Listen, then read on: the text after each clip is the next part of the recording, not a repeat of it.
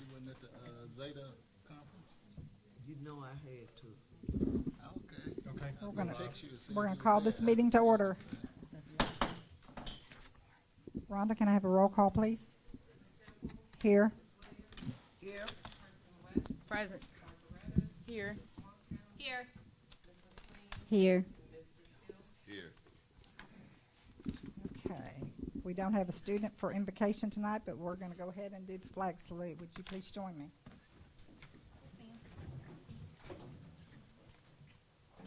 I pledge allegiance to the flag of the United States of America and to the republic for which it stands, one nation, under God, indivisible, with liberty and justice for all. Can I get a volunteer for the vision and mission statement? The vision is world-class students for world-class students, and the mission is the North Little Rock School District and the community will provide for achievement, accountability, acceptance, and the necessary assets in the pursuit of each student educational success. Thank you, Ms. Wonkum. We have no recognition tonight, so we're on to executive closed session. Executive closed session per North Little Rock School District Policy 1.14, stating that private or closed discussions by the board may occur as part of a regular or special board meeting. Executive sessions may be held only for the purpose of considering employment, appointment, promotion, demotion, discipline, or resignation of an employee, or to discuss matters of pupil punishment if requested by parent or legal guardian. No resolution, agreement, or motion considered in executive session shall be legally binding unless the board reconvenes in public session and presents the item for a vote of the membership. Additionally, Arkansas Code 615-1303 states, oh, this is new, conducting a comprehensive school. Yeah, I'm sorry. Okay. That was for the security thing for Yes. last week, Okay, Yeah. all right. So because we couldn't discuss the security plan. All right, so I need to announce why we're going in. We're going in to discuss matters of employment, appointment, promotion, demotion, discipline, resignation of an employee, And then that's it. and that's it. Would you please join me in executive closed session? Thank you.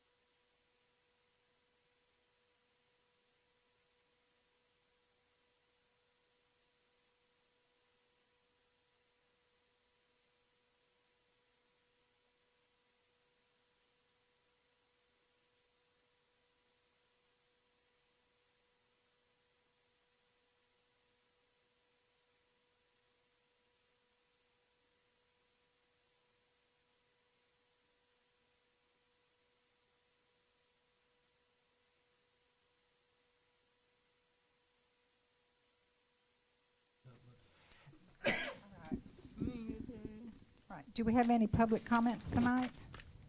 Anybody, public comments? Okay. Board member involvement. We'll start with Dr. Redis.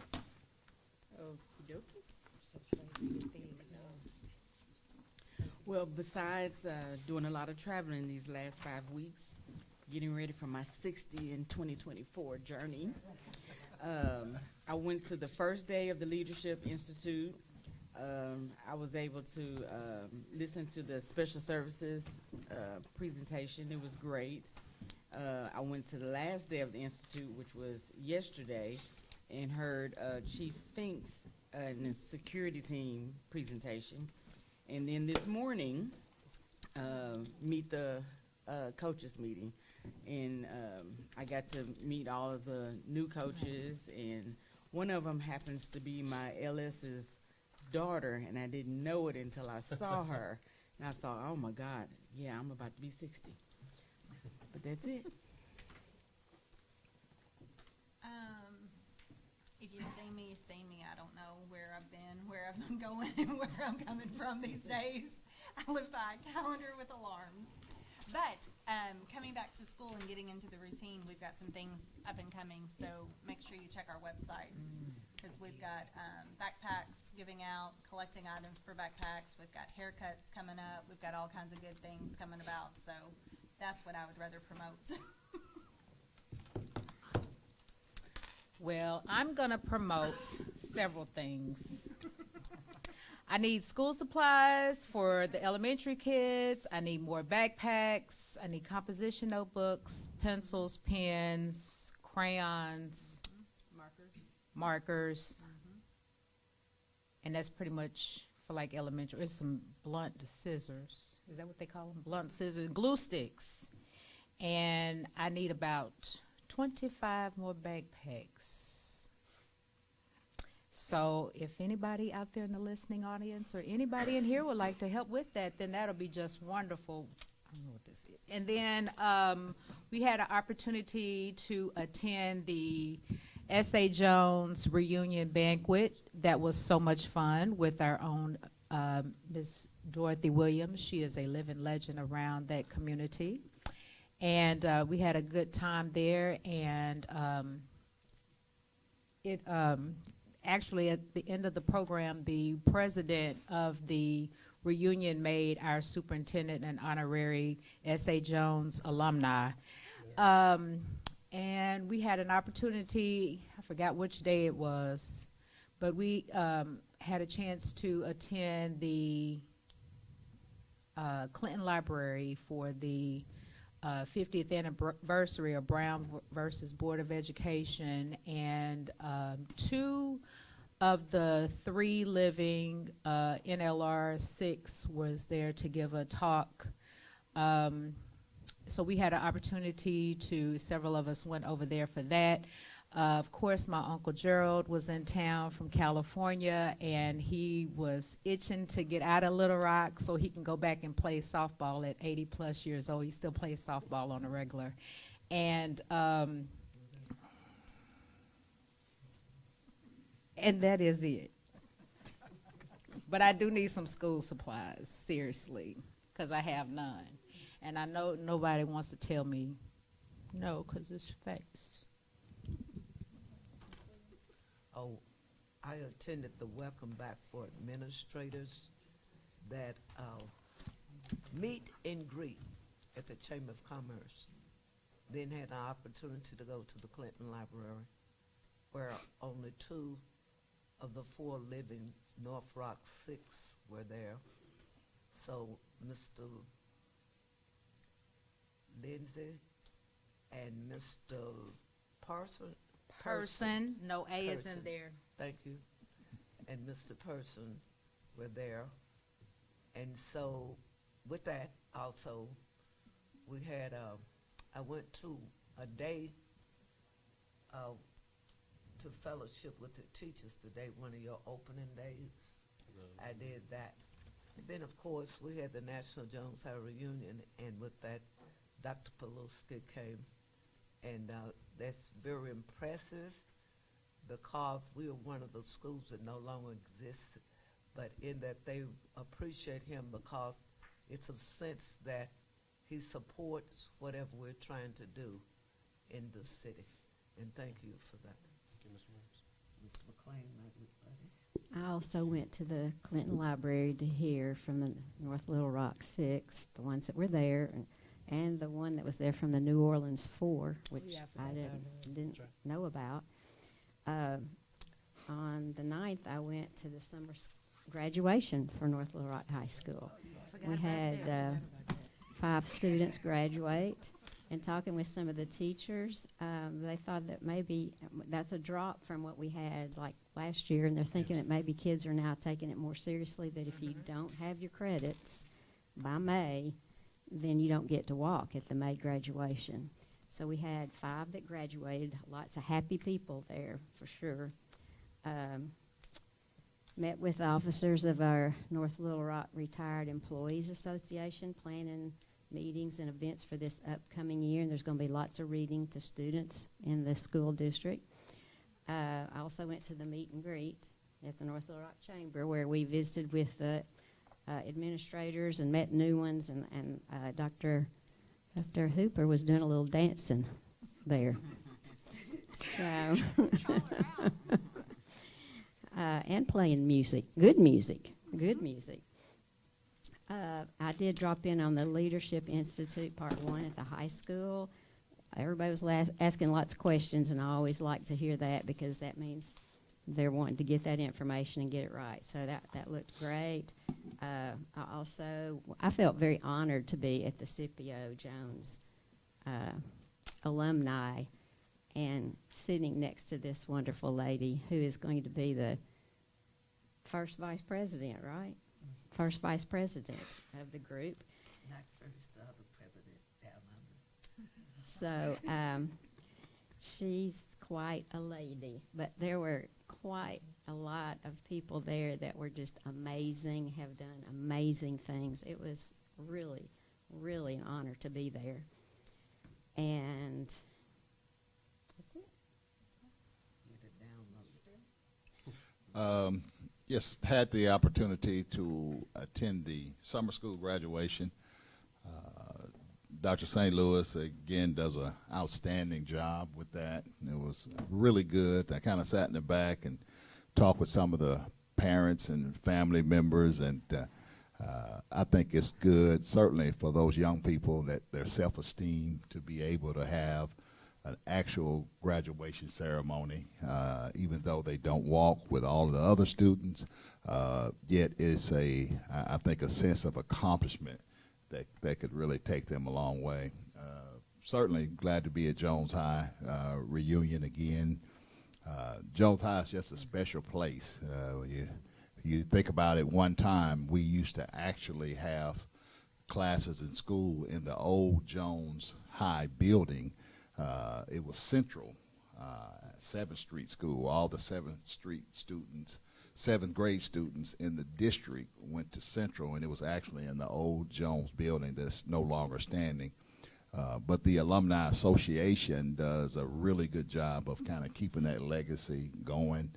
And Mr. Superintendent, as you know, they are still interested and involved with education, and want input on what's going on here with our school district. So it was just a wonderful, wonderful time. Anytime you see them, it's great. Now I think you only convene every 2 years, and it's a blessing to see those individuals. Both my parents, my mother and father, both attended Jones High School. So I always say, if it were not for Jones High School, there will be somebody else sitting here in this seat today. Thank you. Okay, I'll go. Okay, I'll go fast. Madam President, members of our Board of Education, on June the 24th, had an opportunity to meet with Taggart Architects, and Coach Ballon, I asked him to bring his wish list of what an indoor sports complex could look like. So as we get closer to this millage, he's got a big vision, and so that's going to be exciting to see what that could look like. On June the 26th, Mr. Logan, as well as Dr. Harbin, We visited Camp Rockefeller, which is up just north of Conway to the Boy Scout camp. So we're looking to do some activities, maybe an overnight for our 5th graders to promote our outdoor education, environmental literacy. So I appreciate that. On July 8th, I had lunch with Laura Nick, who is the president of the North Little Rock Chamber, and just talking about how to build the partnership stronger between. On the 26th as well, I forgot that, I also attended the Clinton Library Lost Series of Desegregation, North Little Rock 6 and New Orleans 4. It was mentioned, it was very powerful. The listening to them tell their story is moving. On July the 9th, I have my annual meeting with Lee Tackett, who's the president of our Retired Teachers Association. So we're planning some things with them, reading to our students and so forth. As was mentioned on July 9th, you know I'm very big on traditions, and I want to recognize Dr. St. Louis. She started a summer school graduation. That was her idea, and we've been doing it ever since, and want to thank Dr. St. Louis for all of that planning, and we appreciate that. Also was mentioned, here again, you know I'm big on new traditions. On July 16th, I want to recognize Dr. Hooper. This was her idea to create a meet and greet on the eve before we kick off our Leadership Institute. And those that attended, it was fun. It was fun to board members to interact. So I thank you, Dr. Hooper, for that. Also, from the 17th and the 18th, the 17th and 18th, we have been very busy with 5 days, 2 days last week, 3 days. Our principals got a lot, and assistant principals got a lot of information to open school. So we're very and I want to thank all of our executive leaders for the work they did to kick that off. As was mentioned, myself and my beautiful wife, Bianca, attended the S.A. Jones reunion, and I'm very humbled as the school superintendent to be honored that way from S.A. Jones as an honorary member. That's very humbling. And by the way, Judge Griffin, what a powerful message that he had that evening. Download. Yes. And then the 22nd to the 24th, that's been our institute. On July the 23rd, I had the opportunity to speak to the North Little Rock Board, Chamber Board, and just provide some opening remarks about our millage. And at least from that point, it was well received from our business community so far. So beginning to start to get the word out. I couldn't attend today. I had a packed schedule, but we did have a registration fair, and I did know that it's been very, very well received. And finally, only 25 days until we start school. Oh, God.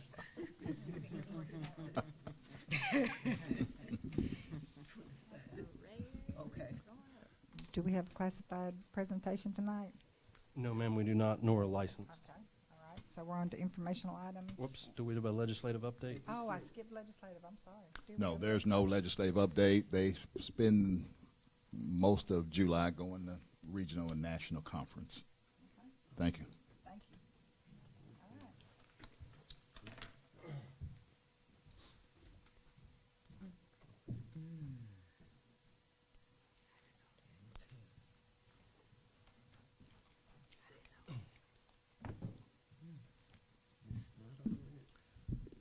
Madam President and members of our Board of Education, for the record, my name is Greg Paluski, the proud superintendent of the North Little Rock School District. And it is, I do not have a formal presentation, but it is literally an honor and a historical moment in the North Little Rock community to make the recommendation to change 7th Street, the name of 7th Street Elementary School, to the North Little Rock 6 Elementary School. That's huge. I want to recognize in the audience Ms. Harrison, the principal of 7th Street Elementary School. I want to recognize her. I also want to recognize our Community Advisory Board. Mr. Steele also serves on that Community Advisory Board. They are advisors to the principal. And I also want to draw attention in the yellow sheet that you'll see based upon the recommendation, not that we're going to go through all this, but it's literally on the last page that we talked about in the proposal. The board approved that proposal without the actual name. If you remember the 657 Learning Institute, and then we surveyed our community. So if you remember all the way back when we did that, the community at large, I believe it was over 60, almost 70% of the community at large in North Little Rock supported changing the name to something of North Little Rock, and then well over 50% of the 7th Street community that was in support. I think that says a lot for our community, that we have community support behind us to change the name. The proposal here is, because school is so close to opening, the recommendation is to rename the school officially for the 25th and the 26th school year, beginning that year, with a proposed formal ceremony set for September 9th, which is a Monday of 2024, which actually would mark the 65th anniversary of the North Little Rock incident. Wow. And that is significant. And I want to thank the Community Advisory Board, Mr. Steele, the members from the community that serve on that. It was their idea to come up with the name, and that is what they've recommended to me, NLR 6, but I formally put North Little Rock 6. And this is a proud moment to come as an information item before our board, a historic moment that I think is well overdue, of not having anything currently in our community that recognizes these individuals and what they went through and their significance historically to the civil rights movement. Okay, very good report. Thank you. Are there anybody want to make a comment or question? I'll move out of the way and we'll go to look at some advanced Just places. certainly, just a couple of comments. You did a great job, certainly recognizing the advisory board. They worked very hard. Ms. Harrison, the great job that she's done in providing her leadership, just getting on board as a principal and getting right into it. I think it's going to be monumental. I think absolutely another opportunity to learn. And I think it was an opportunity to change the name. And I think the public should know that 7th Street is not only on 7th Street anymore. 7th Street does not even exist anymore, because we changed that name years ago to Bishop Lindsay Drive. So that created an opportunity there for us to really go in. It was Lincoln Elementary School before that, right, where you went to school? It was Lincoln Elementary School when I attended, yes, many years ago. And then it was changed to 7th Street. 7th Street. Yes, after integration. And I was in one of the classes that was bused. I was bused to Amboy school for my 5th and 6th grade year. Then 6th grade was part of elementary at that time. But also to have it NLR 6, I think it's good. I did not take a position, make a recommendation, and certainly didn't take a vote because I knew it was coming to this board. Sure. But I think that's good, because the identity that North Little Rock High has should be theirs. Yeah. And then you got NLR 6, so people will not get confused good point. with the two schools. So I think that's a good decision, and certainly on your part. But I want to thank you for your leadership in this and staying with it. So looking forward. Yes, sir. Thank you, Mr. Steele. Ms. McLean. Well, this has been a long time coming now. We started this journey a year ago, Yes. and so it's nice to see it come into fruition. Yes. And I think you're absolutely right that the community does support that.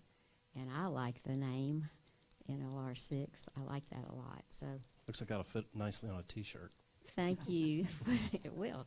Thank you for your part in this, because you were the one that came to us last year. And I know there's a lot of names on the front sheet of that report, that proposal that you came It's with. a team effort. It was a team effort, but we thank you. Yes, ma'am. Dr.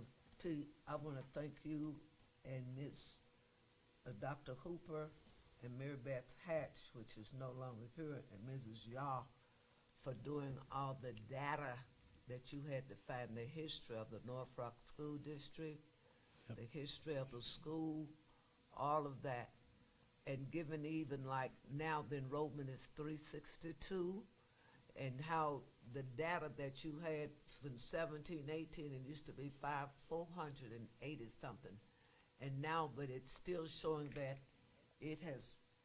the enrollment is still levelized. Yes. It has not decreased. But again, I cannot articulate how proud I am of you all, because reading this, I had to get it run off because this is so important to us and to our stakeholders in North Rock.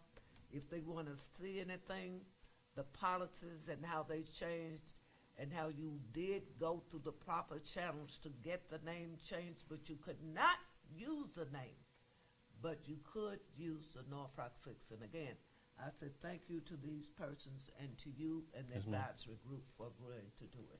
Yes, ma'am. Thank you. I just want to say about time, and I'm happy that we're finally here. And just thank you to everybody that had a hand in pulling information and getting it all together and working hard on it. And of course, to the advisory committee, Ms. Harrison, thank you so much for your leadership at that school. You got in there, you rolled your sleeves up, you did the stick and stay, and I appreciate that from the bottom of my heart, because you know, it was rocky at one point, but you took lemons and made lemonade, and I appreciate you for that. And you know, and I just watch you with them, and you know, you have a way with them that they know that that you know, you have a firm hand with them, but you're very caring with them, and I appreciate that. I echo what my other board members have already stated. Well done. Can't wait. Looking forward to it. Something put on the calendar and something for us to just put out in that top 5. So let's roll with it. Yes, ma'am. I think everything has been said. Thank you to the committee. Looking forward to the celebration. I hope it's huge. Oh, it will be. And that's the best thing about going last. They've said it all. Madam President, I'm sorry, Mr. No, I also did not want to forget to recognize Mr. Gary Logan. If you remember, Mr. Logan was the acting principal and doing his job, and I want to thank him for Absolutely. his leadership that got that school to a place, and Dr. Hooper and Dr. Yes. Lightfoot, all of them that supported that school to hand it off to Ms. Harrison, and it's in good hands with her. And I want to appreciate my leadership team for what they've done, and they need to be recognized. Absolutely, yeah. And board member West, really instrumental in actually having her family member being one Yes. of the 6 Yes. and providing us a lot of background, the advisory board, a lot of background and information of what actually happened during that time. Wow. Yeah. Madam President, I just have a motion at the proper time. It's an informational item. Information. Okay. Is the name information I only? can change it if you want to do, you know, we could make it action tonight, but I think to put that time. Go ahead, Mr. Steele. I thought the name actually had to be It voted does. voted Then, on. Yes, it will. This is an information This is just item. The board information always tonight. We will likes So to when have we it in. go back to Absolutely. So in the next board meeting, it will come before the board for an actual vote. It'll be an action item for you to vote on it at the next board meeting. so at this time we can't actually say It's just that it's just proposed name still. Yes, it's just information. Thank you. And again, to recognize policy 7.21. So legally, that statute as well as that policy gives us the legal right to change the name to what we're proposing. Which for the public, could you expound on that just so? Yeah. So in policy 7.21, it's got some legalese in there, but basically. It's like 10 years after the construction that you cannot be named if you've held a public office and that you've gotten a salary by that, a salary. Then, however, the exception to that rule is if the individuals have significant or historical significance. So it's to our knowledge, none of them had served in any political position in which they received funding, but even if they did, that provision of having historical significance allows us the opportunity to change the name. Thank you. Okay. Good job. Next time we're gonna make you read the whole thing.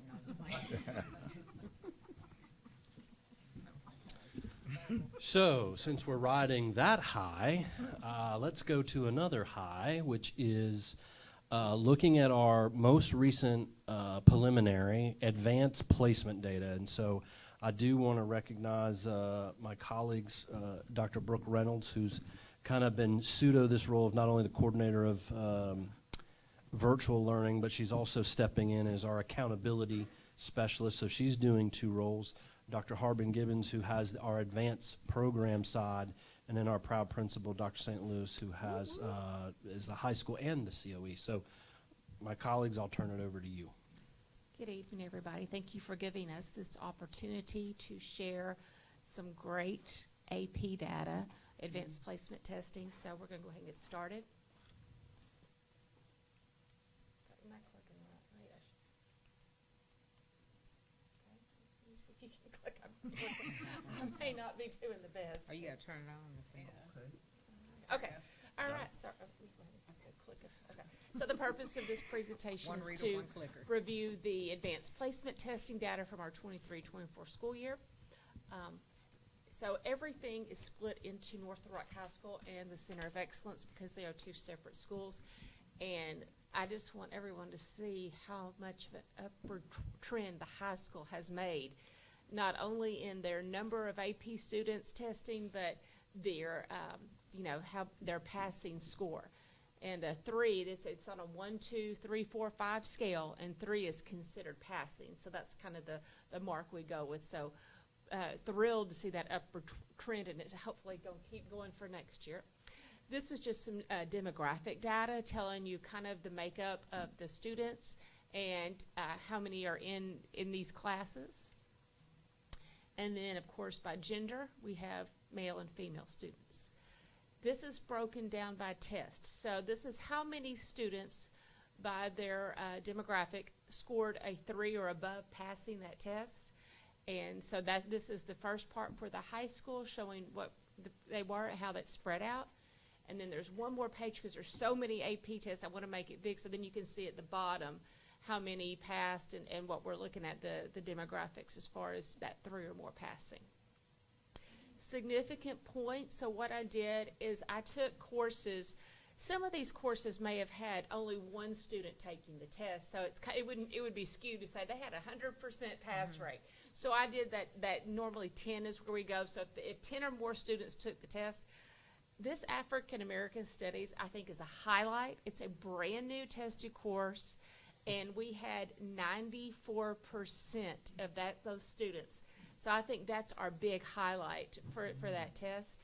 I think we're proud of all of these things, but I think that's a huge amount, and I'm thrilled to see that class and having that success that first year out. And that exam is actually 2 parts, and so they have to do a presentation, and that is graded, and then they come in and do essay response at a second time. So it's a 2-part test over multiple days, and so it's an awesome. Okay. Right. Now this is maybe some place we could improve on, and so this is where a course when had less than 50% of their students score. So these are just some areas maybe we want to look at, kind of see why we didn't have as much success with these courses. So those were just kind of the lower end for those. Now we move on to the Center of Excellence. They also had an upward trend from last year, so that's phenomenal that they're having that growth as well. And of course, their demographic data is the same thing, and then the male and female. And then you can look here again. These are the ones that the number of students by demographic that scored a 3 or more, and you're going to see it again. But the African American Studies with the COE was a win as well. You can just look through their totals and by their demographics. Okay, again, high points is that African American Studies class. Also, the seminar class had great success in the high school and the COE. And then the ones that had the lower end, kind of the same thing, that the English language and English lit were kind of struggling this year, and some of the history classes have struggled. Okay, so didn't go in there. I'm going to grab one piece of information. Excuse me. Pause for the call. Information, excuse me, came out to us after we turned in the presentation, but it's phenomenal news, and it's also an increase from last year, and it's AP Scholars. And so what I did for you all is I gave a definition of what each AP scholar was and how many we had of each of those categories from the high school and the COE. And it is a significant increase from last year, the number of these distinctions, which is fantastic. And Mr. Barnes got that list from me, and he's gonna make sure to recognize all of these students individually. If you have any questions about that, we'll be happy to answer that. But the scores come in, but then they have to kind of do some calculations before they're able to name the AP scholars. But that's what this extra page is. And I want to thank Dr. Reynolds because she did the hard work of, aggregating all this data for us, and so I really appreciate that. And it's so funny because I brought it too. Oh. She made it pretty, but I also had, because it's very impressive. 83 total awards across both campuses, from everything from capstone to seminar certificates to scholars with distinction. So they should be very proud. And I also want to thank Dr. St. Louis for her leadership. This was the first time that I had to coordinate it on this scale, and just, she had great advice and was very supportive, and all of her staff, so really appreciate them through that process. And so where do we go from here with this data? Of course, we want to always keep in mind the 35% goal that they're at least taking one AP course, and we want to increase those numbers. And so in all of our courses, we want to empower teachers. How can they better use the instructional planning report? And what that report does is it breaks down the 5 key core themes of each of the courses, and they can see where their students are scoring higher or lower and kind of adjust their instruction. And so then how can we increase systematic coordination? So we know that we can't wait until 9th grade to start educating our families and our students on AP courses and the benefit of them. And so we now have an advanced programs facilitator at the middle school level. So what can we do to really kind of introduce those students to AP courses early on so that when they get to high school, they're prepared to take them. And then we are adding 2 new courses this year, Pre-Cal and Physics C, which is a calculus-based physics course. And then we are interested to see what the interest would be in adding possibly environmental science for 25-26. Would you like to add anything, Dr. St. Louis? Well, I was asked to speak. Well, good evening, everyone. I was just asked to kind of come up here this evening to just kind of share about our journey here. I started in 2021, and so to see where we have gone with our AP scores up until this point, I'm really proud of our campus. I want to first just recognize all of the teachers. They're the ones in the classrooms who are supporting our students. A lot of them they come on Saturdays to do boot camps with students. They go above and beyond in our AP classes. Also just want to recognize my whole campus, because when I first started my first day, when I sat in front of the whole staff, I said, I'm here to do what's best for students. And what's best for students is to make sure we have equity and rigor in our classrooms. And so I've always focused on instruction in the classroom. And I believe that that's really where our work is. We're seeing the great work at the high school. And then also through our PLC process, we have strong PLCs going on in our building, strong PLC leads. And so when they're in their PLCs, being able to speak on data, being able to speak on advanced classes and our students. And then, just all of my leaders in the building, assistant principals. I believe as a principal, we're here to build capacity within others and to support our teachers. And so that's what I do. I support them for whatever they need financially or space, whatever our students need. If it's a Saturday, we're doing ACT prep or AP prep, whatever it is to get the job done. I just want to be that person that my staff can lean on. So I just wanted to speak with you all this evening on some of the things that I felt like as a school we accomplished together to see this growth.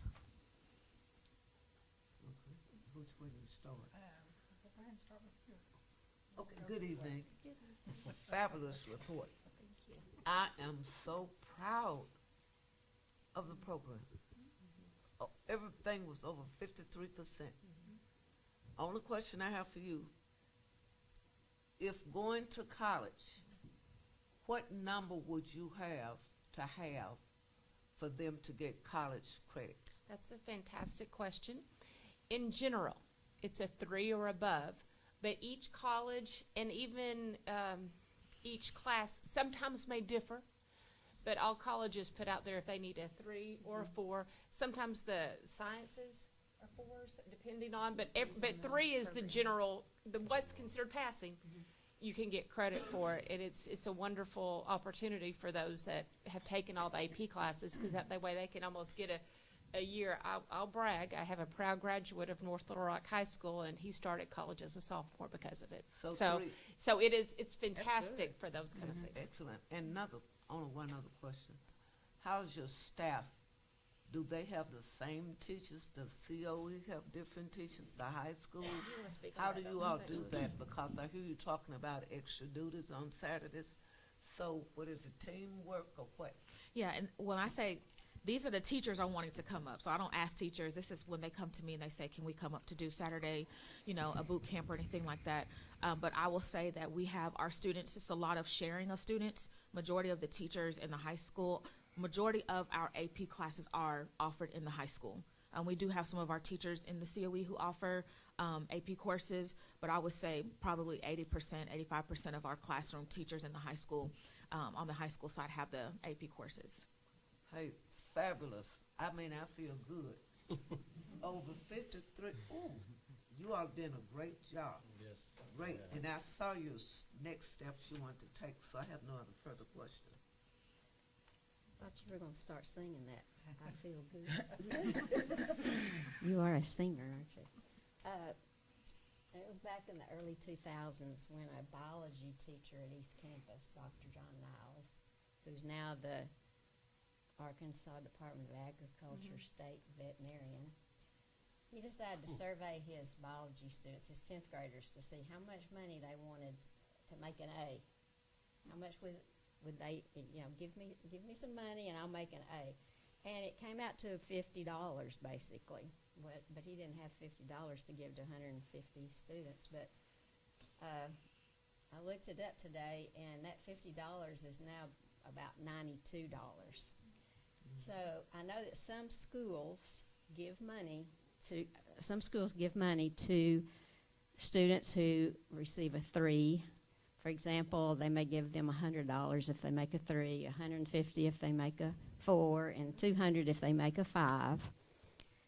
And I was just wondering if that could even be a possibility for us to do. I don't know where we'd get the money, but I heard Dr. St. Louis just saying that she tried to help her students her teachers financially there. I don't know if she has a special fund somewhere or if we have some community groups, or I am looking at like Dr. Paluski right now and BB out there, Brian. But, if we had about 200 students that made 3s and 4s and 5s. So if you gave them each 100, you're going to need $20,000. So I don't know if that's even possible or if it's something that y'all would even want to do, or... And I can share with you. So we do receive what's called AP incentive funding from the state based on scores. And so this year, we just sent the email out 2 days ago. We solicited teachers last year that wanted to be a part of a committee to kind of decide how we can utilize that funding, because the purpose of that funding is to grow the AP program. And so that's one of the options that we're looking at is on the table for potential use of that. So that money can be used in a variety of ways. When we have students that come up on Saturday, we can provide snacks and different things like that using those funds. And so that is something we can look at this year, definitely. So how much money is usually in that fund? You mentioned $50, and so for every score above a 3, we do receive $50 per student. Okay. And so we do get that funding. And then Dr. Reynolds just shared something with me that I wasn't aware of, that there is incentive funding for the AP Computer Science A initiative. And so we did offer that course this year. And so if we can get students that score up to a 5, they can receive up to $1,000. So we're looking at, I'm not sure, I'd have to check with Ms. Leger, but computer science principles. So we will have 2 AP computer science courses this year. They right now do have low enrollment. AP Computer Science is a pretty complex class, but if we can do a better job of kind of, getting students in, letting students know that there are some options out there, and then I think if we throw $1,000 in there, that might be a little bit of an incentive. And so, so definitely we can look into these things. It might help increase the student population that wants to enroll in the AP classes. I wanted to ask you on this sheet, these different levels here with the AP Scholars and the AP Scholar with Honor, do these students like receive a certificate, or what does this distinction do for them? So when they graduate, there is a designation that they can to wear. When you walk into the hallway of the high school, there's that picture wall that's reserved for them. Are you aware of? We recognize them at all of our end of year awards. They get certificates, they get their cords and things of that nature. And I will say one thing, some of these are, students have multiple.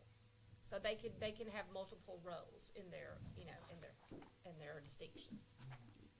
And there's, if we were given money, if there'd be, I don't know how, you have a student, what's the most tests that a student that we had would take? Peyton took 16. 16? I mean, we had multiple students on both COE and high school that took 6 this year. So, I mean, that's a heavy load. Yeah. We had multiple students do So at least they could do 6. 5 or 6 then each year. And by the end of their senior year, they've got some college credit. So that's great. We can definitely reach out to you and when we start forming the committee and I know. pick your brain. I would love to do that. I would love to do that because I think it'd be great to put some money on the table for students and I think it would draw in some students into these classes too. Absolutely. Money talks to teenagers always, right? Thank y'all very much. Great report. Great presentation, no questions. A great presentation. Thank you for the breakdown because I remember last year we had asked for the race demographics, and I see it. Thank you for everything. Okay, so it's my privilege to say that my daughter scored a 5 on the U.S. Government and Politics. So I've got 200 coming from down here and 50 coming from down here. So that sounds awesome. No, great job, great data. We're excited. Thank you. I love it, and I'm happy for the students that, of course, did all this amazing work. With this, I think this is such good news, and I know you said that you got it at the, later on, but, just add that in so it can be a part of our. I think Dr. Hooper did. Oh, okay, cool. So it can be part of our record so we can have that in a permanent spot, but that way everybody can see it. When I took AP classes, it was no money on the table. It was just like, Good job. yeah, great going. But, and I look at my niece, she's in all AP classes since the 9th grade, and she's just doing exceptional. And I have one that is at the middle school. She's all AP, so I think that it's up from here. Love it.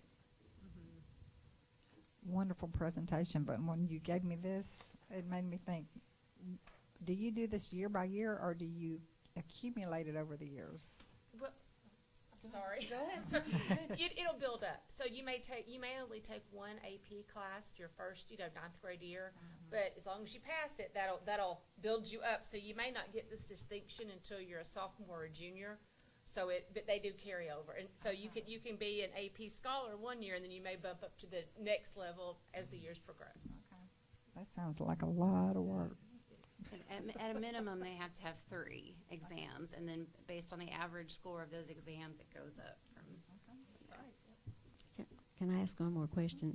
Are there any tests like this at the middle school level? Is that when they do like that Duke University test they used to do a long time ago? If those are you familiar with, that was talent identification. That went away, I think, with the pandemic. However, and we've been in conversation, there are some different ways in which we can bring that back. Arkansas School for Math and Science does one for the state, and then we could also do something internally, but those are conversations that we've already started. It was just something last year with me being brand new and trying to take on all the different roles. But it's definitely been on the forefront. And so what can we do there? And then also, like I said, having someone at that middle school level, what can they do to even start preparing for the PSAT at that level so that when they get to high school in their 9th grade, they can start taking that, which leads to the national merit tracks. And so, Okay, great. Great job. and I'm going to thank Mr. Barnes because he stays on me about, can I have the scholars? Are the scholar scores out yet? Can we take pictures of the scholars? And so he is a big advocate for the recognizing the students, and so I really appreciate him because he keeps me on my toes. I see you all are very happy with your presentation. I am. I'm I thrilled. mean, The scores are I knew it was a Absolutely. good report because you all were just so bright. And we It's a lot thank to be you proud of. anyway for the work that you all are Absolutely. doing. A lot to be proud of. Thank you. Thank you, thank you. Good news. Yes. So the next information item, we'll have Dr. Harbin going to stay put, or is that Dr. White? You guys are tag teaming that. This is for the new materials of instruction recommendation, and I know you'll provide a high-level overview. I think the board's looked at most of this, but I'm going to introduce our special guests.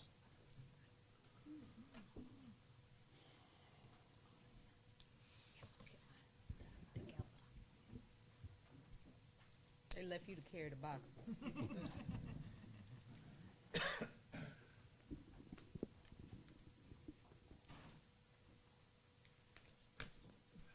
All right.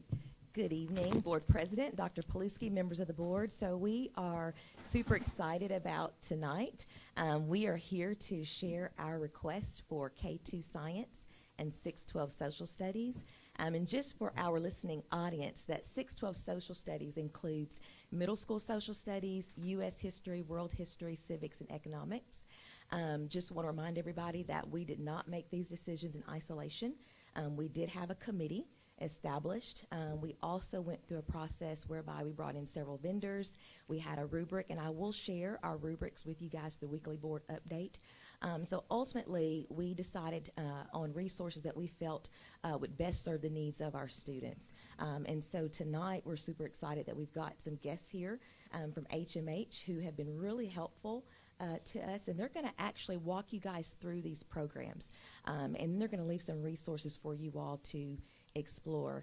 So we'll go ahead and get started. I'm going to first of all introduce Mr. Jonathan Dempsey, and I will let him introduce his special guest. Yes, thank you, Dr. White. Can you hear me? Am I on?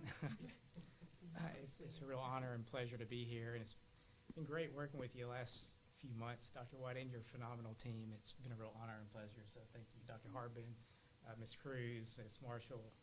I know some of them aren't here tonight, but they have a great vision, and we're honored to be a part of that. My name is Jonathan Dempsey. I'm a senior account executive with HMH. This is Ryan Bailey, a national content specialist. We're going to give a brief overview tonight of our science and our social studies programs. We did promise, Dr. White, we would be brief, so I won't keep you too long. But we do have some materials here that we'll leave in the yellow boxes. We have a couple more in the hallway. There's samples of our print materials. There's instructions in there on how to get online if you want to take a look at those resources. And there's my contact information as well. So please feel free to reach out if you have any questions after tonight.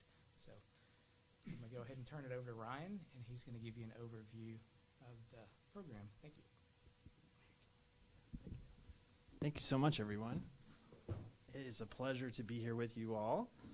And so I have the task of giving you a whirlwind, high-level, satellite-level tour of two really amazing programs.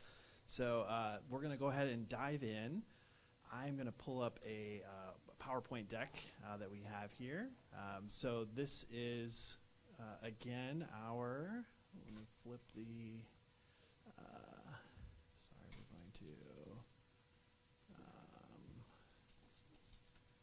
there we go, that's what we want. We're going to go ahead and just give you, as I mentioned, the overview of our Into Science program, which is for our K-2 students. This is going to create the foundation for the 312 program that's already been approved. So we're building those scholarly skills for our youngest learners, and then we'll dig into the social studies overview for 612.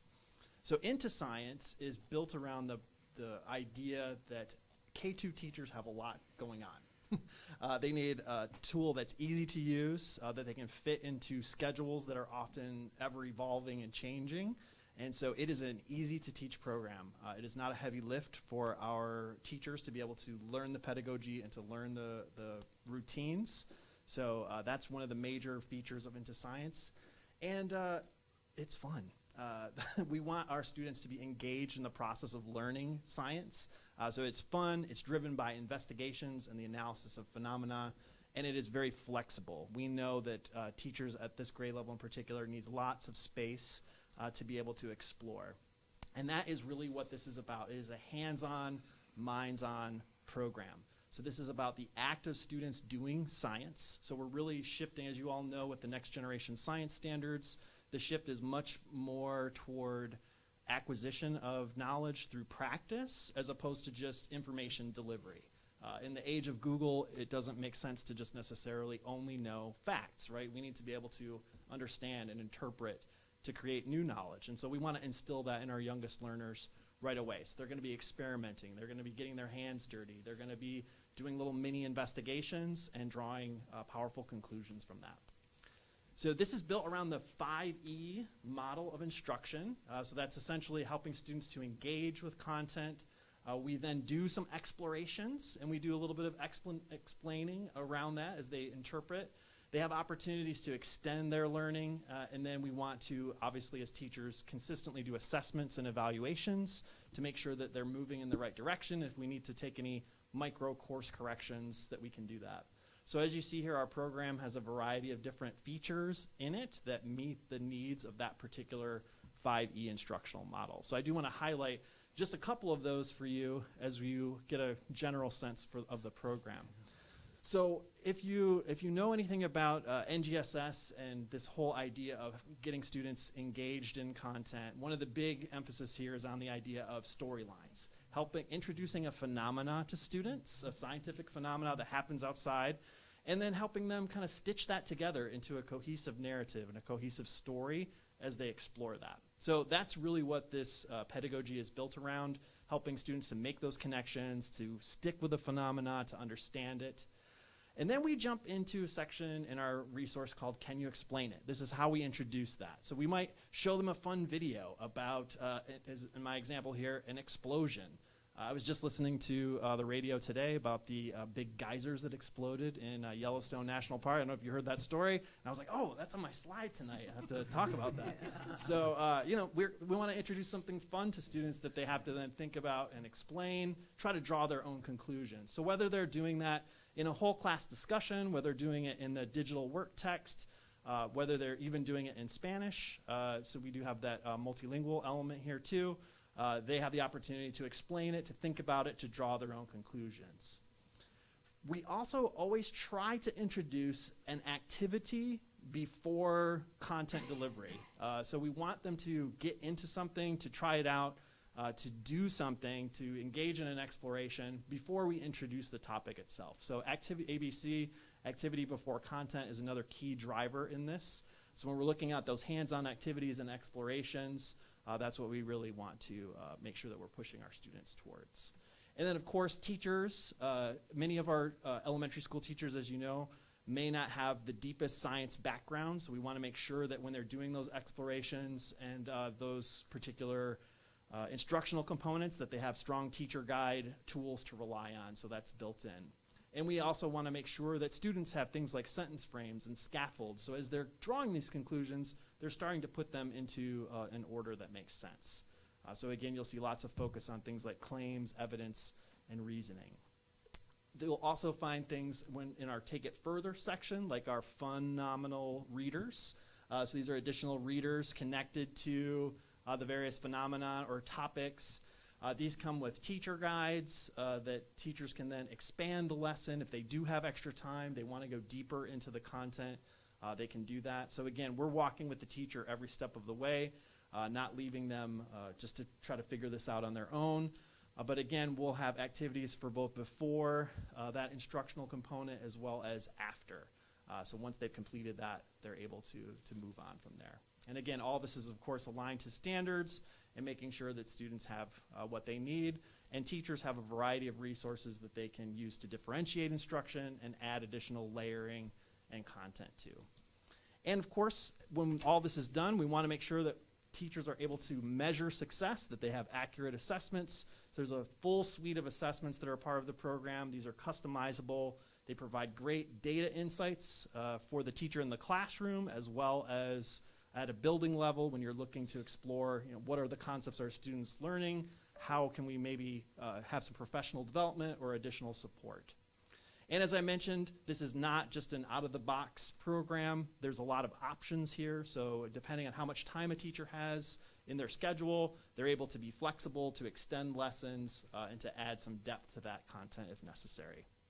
So again, we really want to make sure that we're walking with teachers, whatever their time frame might be, and making sure they have everything that they need, including those detailed pacing guides, lesson plans, and all those other components. So that is a very quick overview of some of our critical K-2 science pieces. I want to move us, we're going to go to the other end of the spectrum and think about our secondary social studies resources as well too. So our social studies program, as you heard, you're looking at several titles for both middle school and high school. And social studies is all about helping students to build connections. To connect to both the past as well as to their present lives and situations. And again, moving much beyond the idea of just information delivery. We want students to ask questions, to explore, and to really make inquiries into history, into economics, into all of those topics. So we're built around 3 key ideas. We want to make sure that we're connecting to the students of our classrooms today. If you've ever been, it sounds like from your visits, you've been in classrooms, you're talking with young people, you know that their attention span leaves a bit to be desired, right? We got to make sure that we're engaging them, that we're keeping them moving. So we want to connect to the young people that we have in our classrooms today. We want to make sure that we're connecting to all students, that we provide differentiated resources for our students. I was so excited to hear about your AP success. We want to make sure we're challenging students, getting them AP ready. We also know we have students that are behind that need additional scaffolds and support. So we have a variety of tools to support students at all levels. And then social studies provides such great opportunities for students to engage in projects, activities, get outside of the classroom. And it was a privilege to hear about all the different community events and community activities that are going on. So how can students connect their learning to those types of things? That's, again, just built into our program and structured there. So we provide a variety of engaging tools to draw our students in. We partner with an organization you may have heard of called the History Channel for our video content and other resources that are embedded in the program. So we do that, again, to just make sure that students have access to high-quality content, to build background information. So we partner with several different organizations. And one of the advantages of those partnerships, and as well as just our own internal creation, is that we can consistently update our content and make it relevant to what students are dealing with today. One of the dilemmas of social studies programs is that in some ways, the moment you print them, they become out of date, right? And so with our digital platform, we are constantly able to update our content. We're able to add new features, new assessment tools. We've added a lot of new primary sources and other information all through the program. And, I know your field trip budget is just like going up every year, but just in case, that changes, you have the option of engaging activities like our virtual field trips. So this is just one of the many types of tools. So if you want to take our students studying ancient history to Egypt to look at the pyramids, we're able to do that in a fun, engaging way with no additional field trip costs associated with that. We're just able to draw them into that experience and give them some engaging content to keep them connected. And of course, with social studies, we have lots of opportunities to write and to think about in a more concrete way what we're learning and to explain that. And so our social studies program is connected to our writing resource called Writable, an engaging tool that saves teachers a ton of time. I don't want to tell you how many hours I spent as a teacher at my kitchen table grading papers. I mean, that's just a brutal thing. And so if we can focus our teachers' energy a little bit more, that connection with our writing platform, Writable, is really powerful. So I just want to take a very quick moment and just jump into our platform so you can see it. So I'm going to need some help navigating to the Chrome tab on this computer. I'm going to try to get out of here. And there it is. Okay, I think it's here. Okay, so this is our platform. This is called ED. This is where all of our content lives. So you can see we are currently here looking at HMH into Science. So if you were a K2 science teacher, this would be one of the tools that you have for you here. It's very easy to navigate, as you can see, super visually appealing.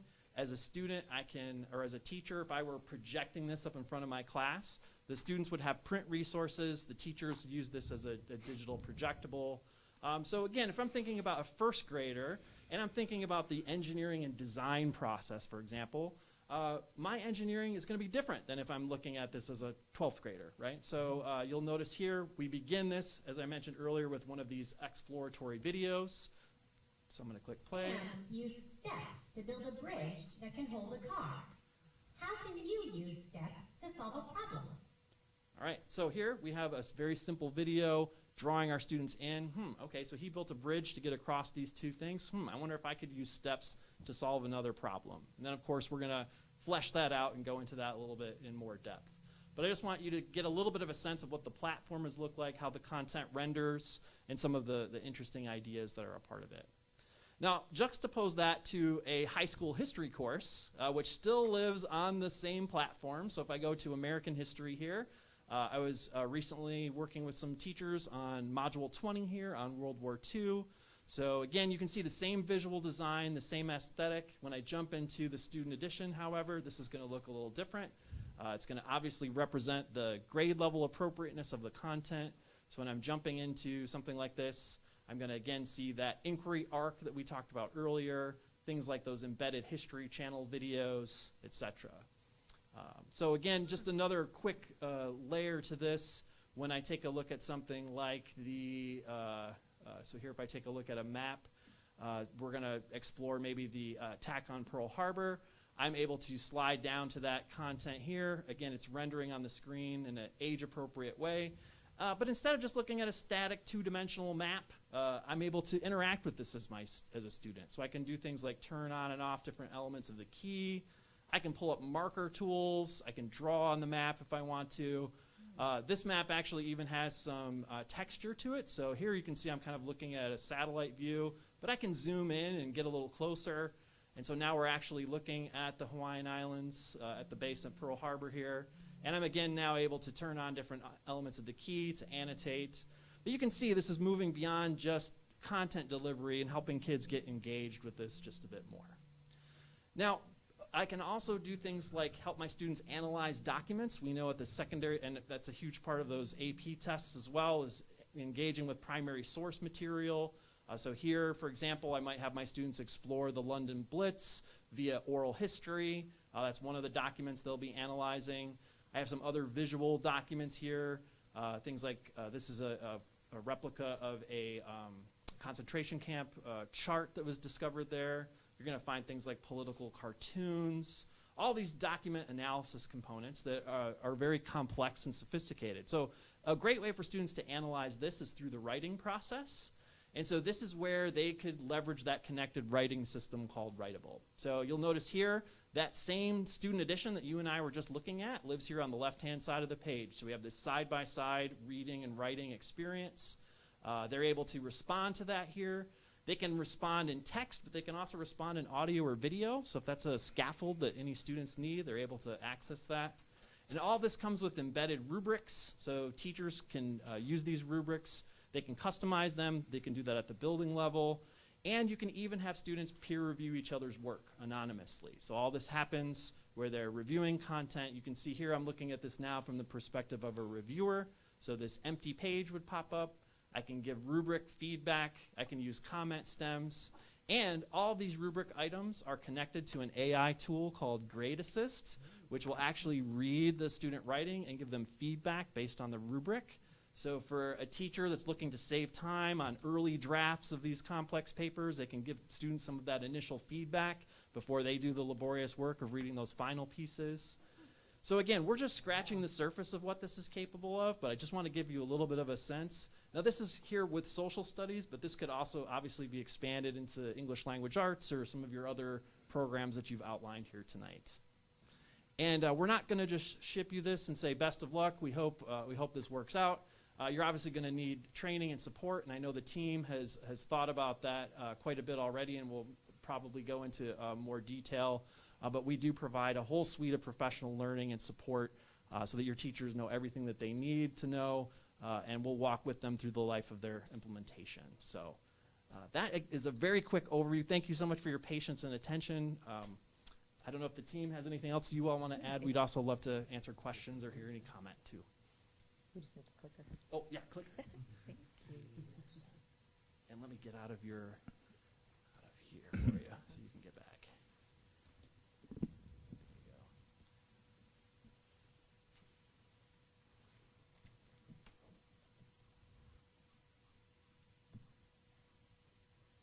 Yep. All right, thank you. Okay.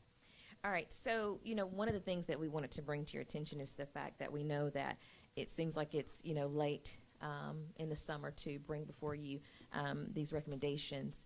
However, it did take us a moment to come to, a decision on these resources because we really wanted to take our time.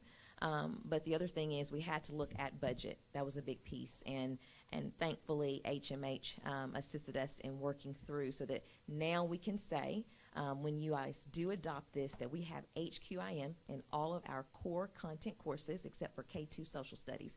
And we'll be bringing that before you this fall. So we're really excited about that. So we're going to talk a little bit about what implementation looks like and the cost proposal. So we're going to start with the cost proposal for science. I'm going to start with Dr. Harbin. Sure. So we have listed the cost proposal, and this is for a 3-year contract. And what we would receive with this is digital license for the teachers, printed teacher guides, printed activity guides for the students, materials and kits that go along with all of the units of instruction. This includes our professional development, and it's ongoing professional development. It's not just a one-and-done type situation. And we also have coaching that's a part of the platform as well. And so all of these things are included. It's very similar to what we adopted for 3.8. The platforms are very much, they're very, very similar. The instructional model that's used carries on. So that'll be a great vertical planning tool that we can use to our advantage. And then, so just a comprehensive overview, this is what we would have we've adopted for this year for science, a comprehensive overview. And then for social studies, as you see, that total amount down there, divide that by 3, and that's pretty much what we'll be paying annually. And you'll see we will also get digital teacher license, we'll get print materials, very similar to science. So as far as implementation, what we're looking at is on August 14th, we have training for the secondary social studies teachers.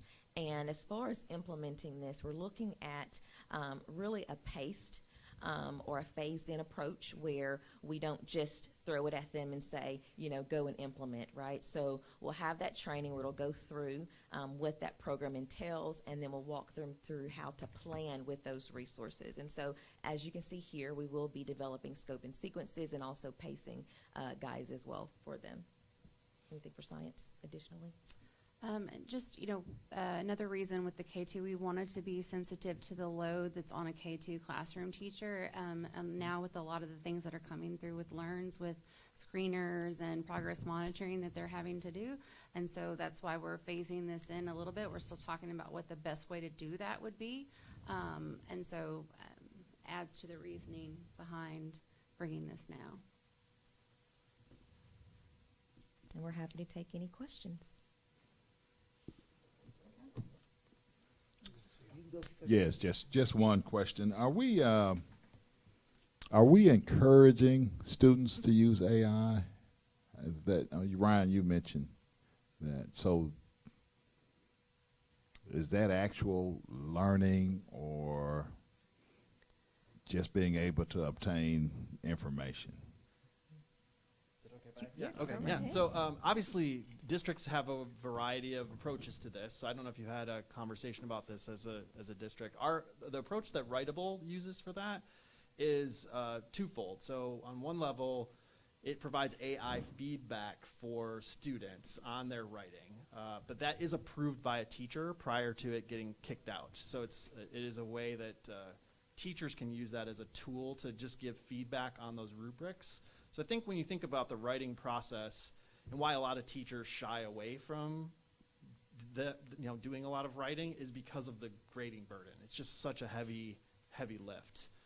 The other way that Writable supports teachers is with some AI tools that help them generate prompts and like refining assignments. So I can be like, hey, I've got an idea for a analysis paper related to my social studies tool, and I can input that in the Writable tool, and it will give me some feedback to help me refine it, maybe add some additional questions. So we see it in working in tandem with what students and teachers are doing, not in any way as a replacement for that. So that's kind of the approach that we're taking right now with those tools. And we've had pretty successful implementations with this up to this point. So, and for in-district, I can say that whether or not it's encouraged, students know about it. And so we have, tools such as plagiarism checkers that we utilize in the classrooms, several classrooms in our ELA classrooms. And so while, like I said, students will know how to use it, we have to also teach them how to be responsible with utilizing AI as well. Thank you. As we're updating our student handbook, I guess that's where that would go, will we be including AI in that? Yes. So, I mean, the short answer here is, this is obviously emerging technology, and I think there's a lot of benefits of AI. I think we're still learning the best application of that. But as Dr. White alluded to, the other side is there's a lot of negative sides that if it's not used appropriately, where you've heard anything on TV of, an individual and their name and it's not them, or it's not, I mean, there's lots of, I think it's something as a country that we've got to, and as a state, to look at a policy to put in place to not only protect our students, but to, guide our teachers on the best way to use AI. But it's definitely the future. There's no doubt about that at all. And so I think as we, as educators, as a state, if, getting a model policy and it's definitely will be forthcoming. Well, this program slices and dices and does it all, doesn't it? And the way that you're using AI in there is really just as a feedback. It's not like students can go in there and tell it to use AI. They can go out themselves online and do that if they want to. But so that's a very positive way to be using the AI and take that burden off of a teacher, so they are more encouraged to want to have writing projects for their students. So, but no, what about the professional development? That's another question I had.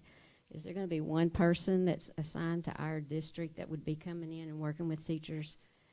Or would it be kind of revolving, different folks coming in, or how would that work? So it really depends on, the training that we are, suggesting through various platforms. So we will have virtual trainings offered to teachers. We'll have in-person training also offered. And then we have consultants that will also be coming in. So we have a content specialist here, so we can always call in a content specialist to support us. We'll have coaching support.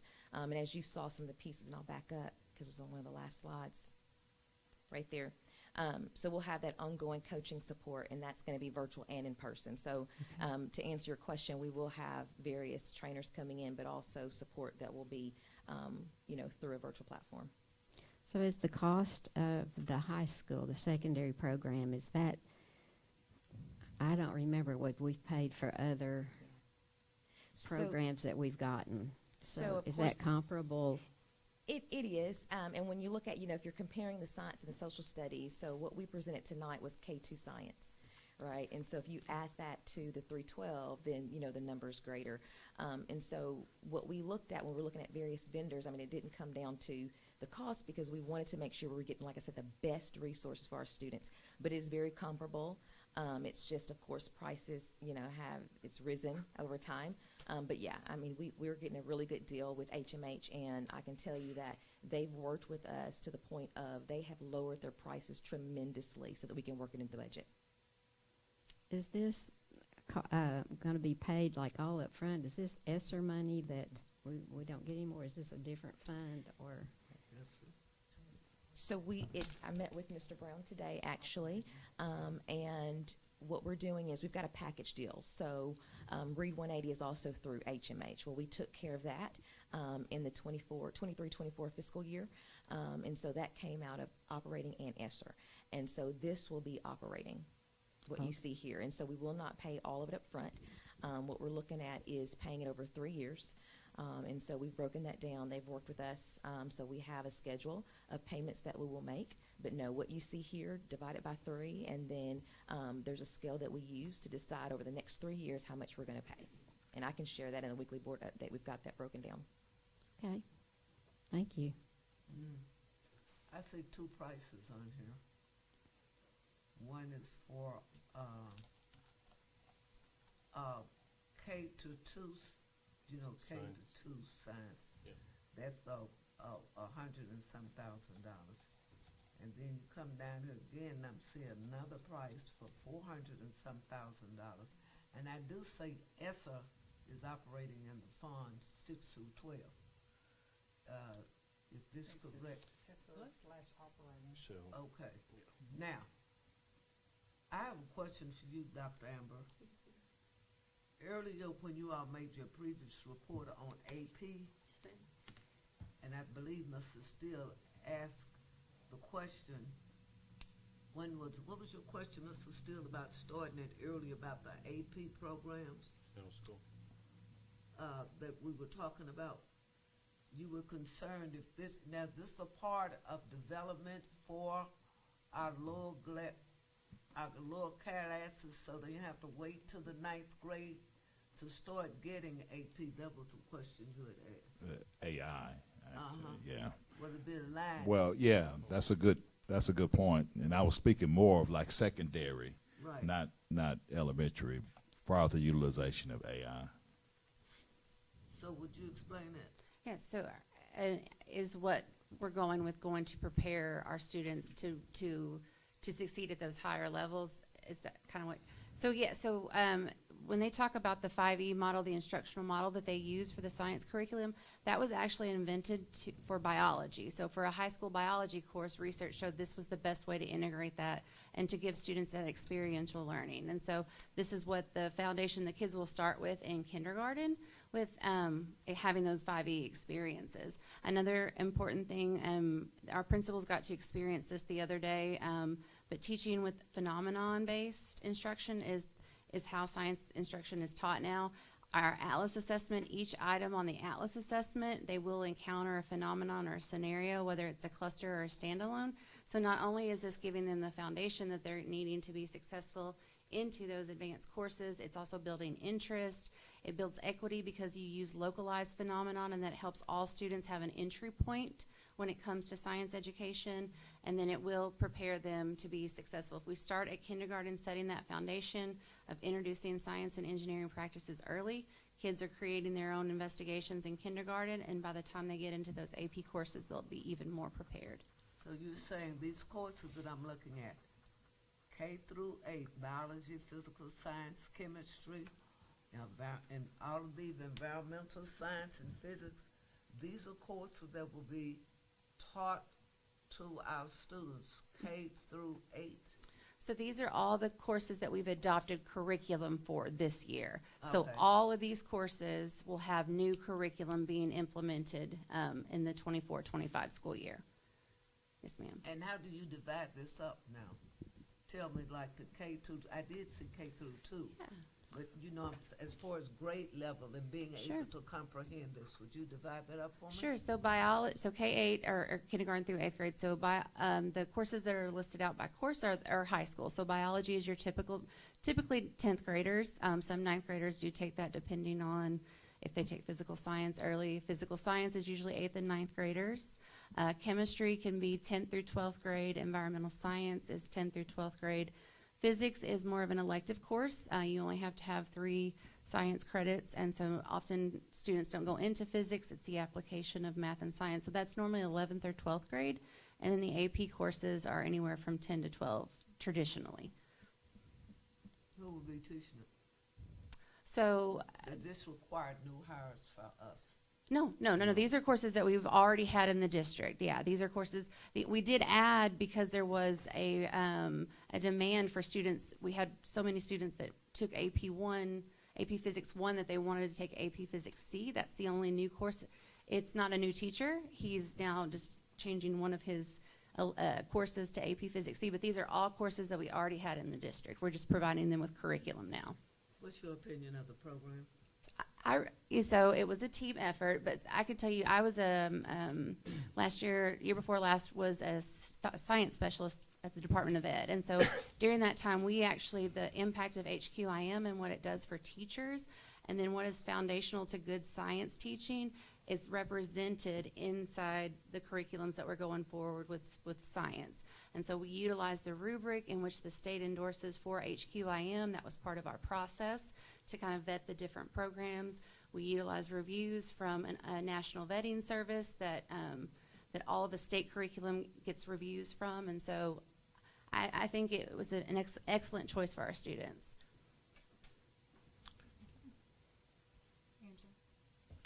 I just want to say that I love textbooks, and I'm a big proponent and a fan of textbooks, and this gives a textbook feel. And you know, when you were talking about grading papers, that was my brother's and I job on Sunday evenings, was grading papers with the little easy grader and having to, you know, go through that whole thing. And that was just like, goodness gracious, why do we have to keep doing this? But I like the fact that you can write on that. I'm a fan of that. And I love the fact that you can still explore the practice of writing and then have that book component too. I know we don't really use a whole lot of textbooks these days, but I love the book element to that. And so I like it. And we did, for high school, for these content courses, we did get class sets of textbooks. So they'll have access to both, from third grade on, to both digital and actual textbooks. I'm good. Okay. Thank you for this. It was much needed. I'm not real sure if the public knows this, but can anyone tell me the last time we purchased anything for social studies or science within the district? I can't tell you social studies, but I think 2006 is what I've been told for science. Wow. Yes. Yeah. So we're way behind. Yes, that is my point. It has been 12 years plus. We'll be gracious with that number. So 12 years plus since we have purchased something that has been needed. So thank you. Thank you for bringing this to us. Thank you for allowing us to do this. Thanks for finding the money that we needed to do this on. I did quick math. Someone was asking regarding payments and whatnot. About $196,000 I'm rounding up for the next 3 years. So I think this is a well worth investment that is needed. Again, it has been over a decade, if not two, that we have purchased curriculum that we, again, needed within this district. It's going to put us on a level of the State Department's testing that we have been lacking in. So, again, thank you for that. Just a bonus point, I love the interactive map. I nerded out a little bit on that, so thank you for that. I love that. And then it also kind of reminded me a little bit of the way it was teaching and giving the teachers a syllabus, if you will, of what to do.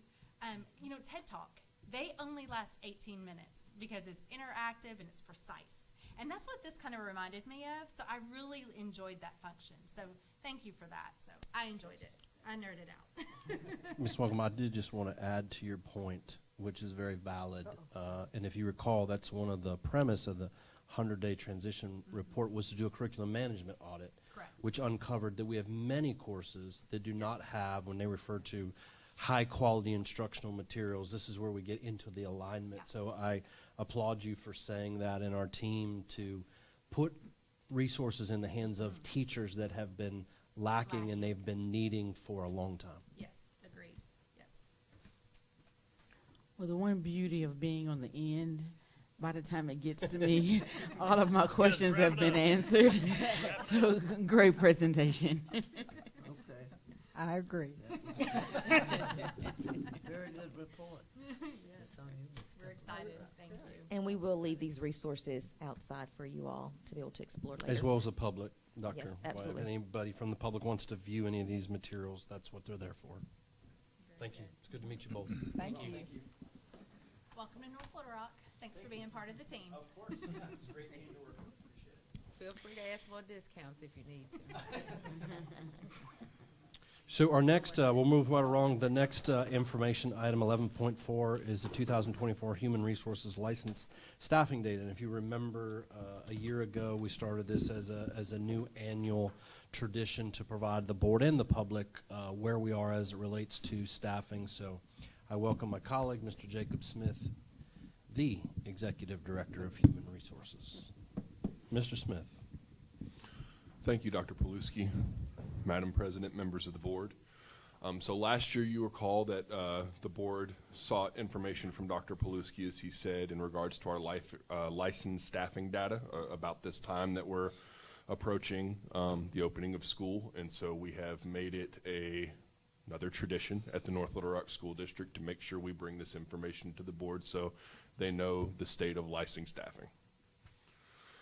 And so the North Little Rock School Board and the community regarding to inform them of the licensed staffing trend data in order to prepare for the 24-25 school year and beyond.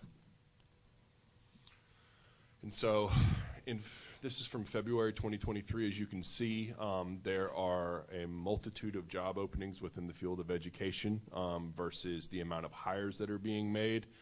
There was some data presented at the Leadership Institute, but there is a great lacking in regards to individuals as far as being able to staff completely as far as education entities go. And so everybody's kind of fighting for the same pool of candidates, and we are trying to attract those individuals to the North Little Rock School District.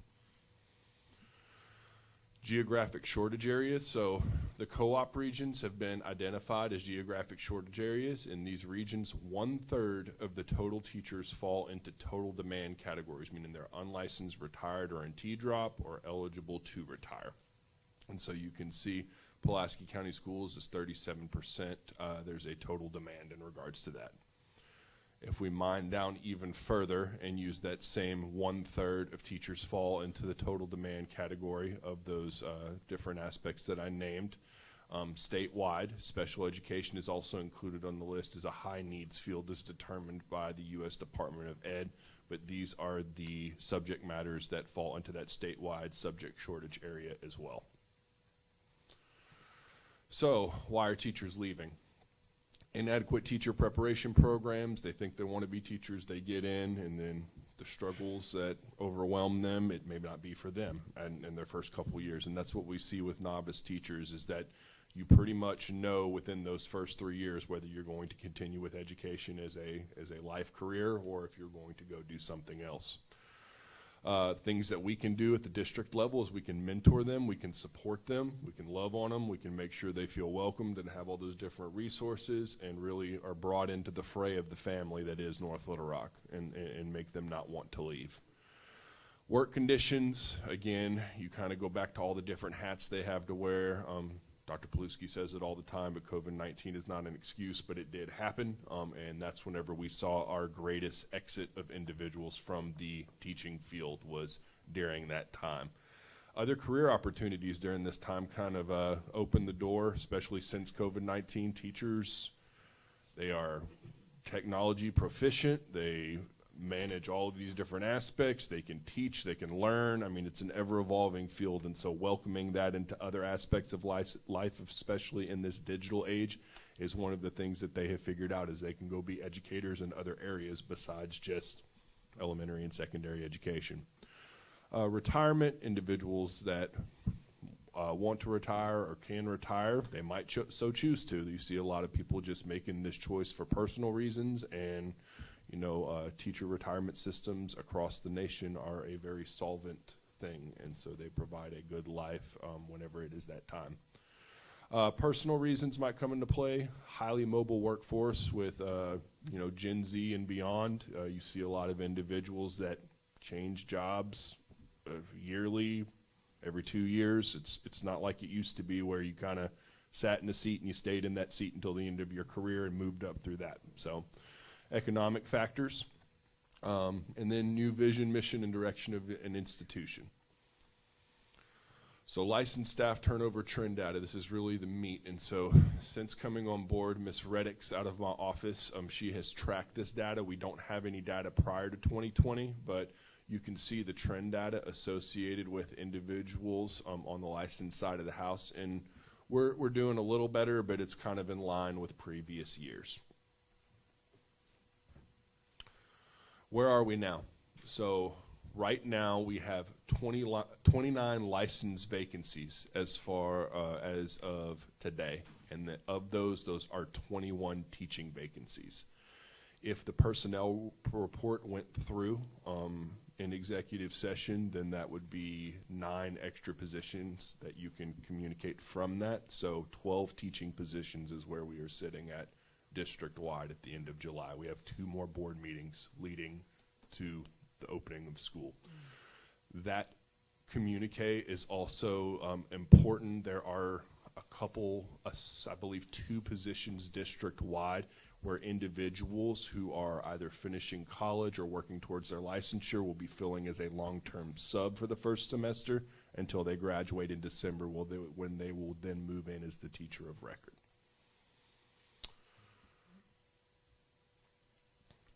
What are we doing to address the issues and concerns that were mentioned on the previous page? On the previous pages, excuse me. So 7th Street reconfiguration and transformation stipend, we have that this year and the following year.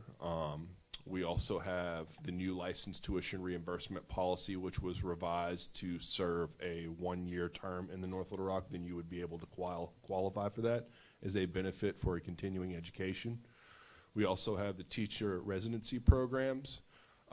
We have the Arkansas Aspiring Teacher Permit, where we have MOUs with those institutions. We have the teacher residency model, and we also have the apprenticeship model.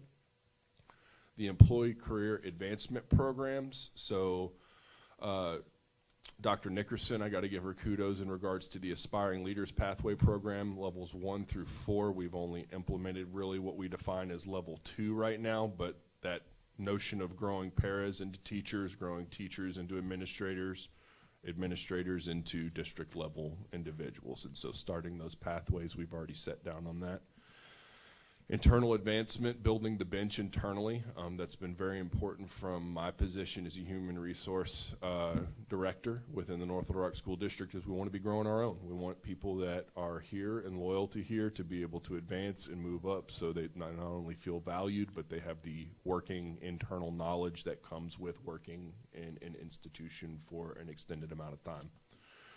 Professional development, we just got done with our Summer Leadership Institute. That's for all of our administrators. We also have new teacher orientation coming up.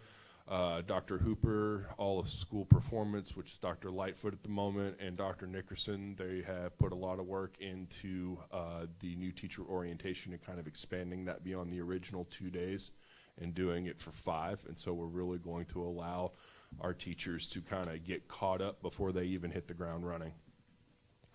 Monthly principal and directors meeting, where we constantly are trying to give that feedback.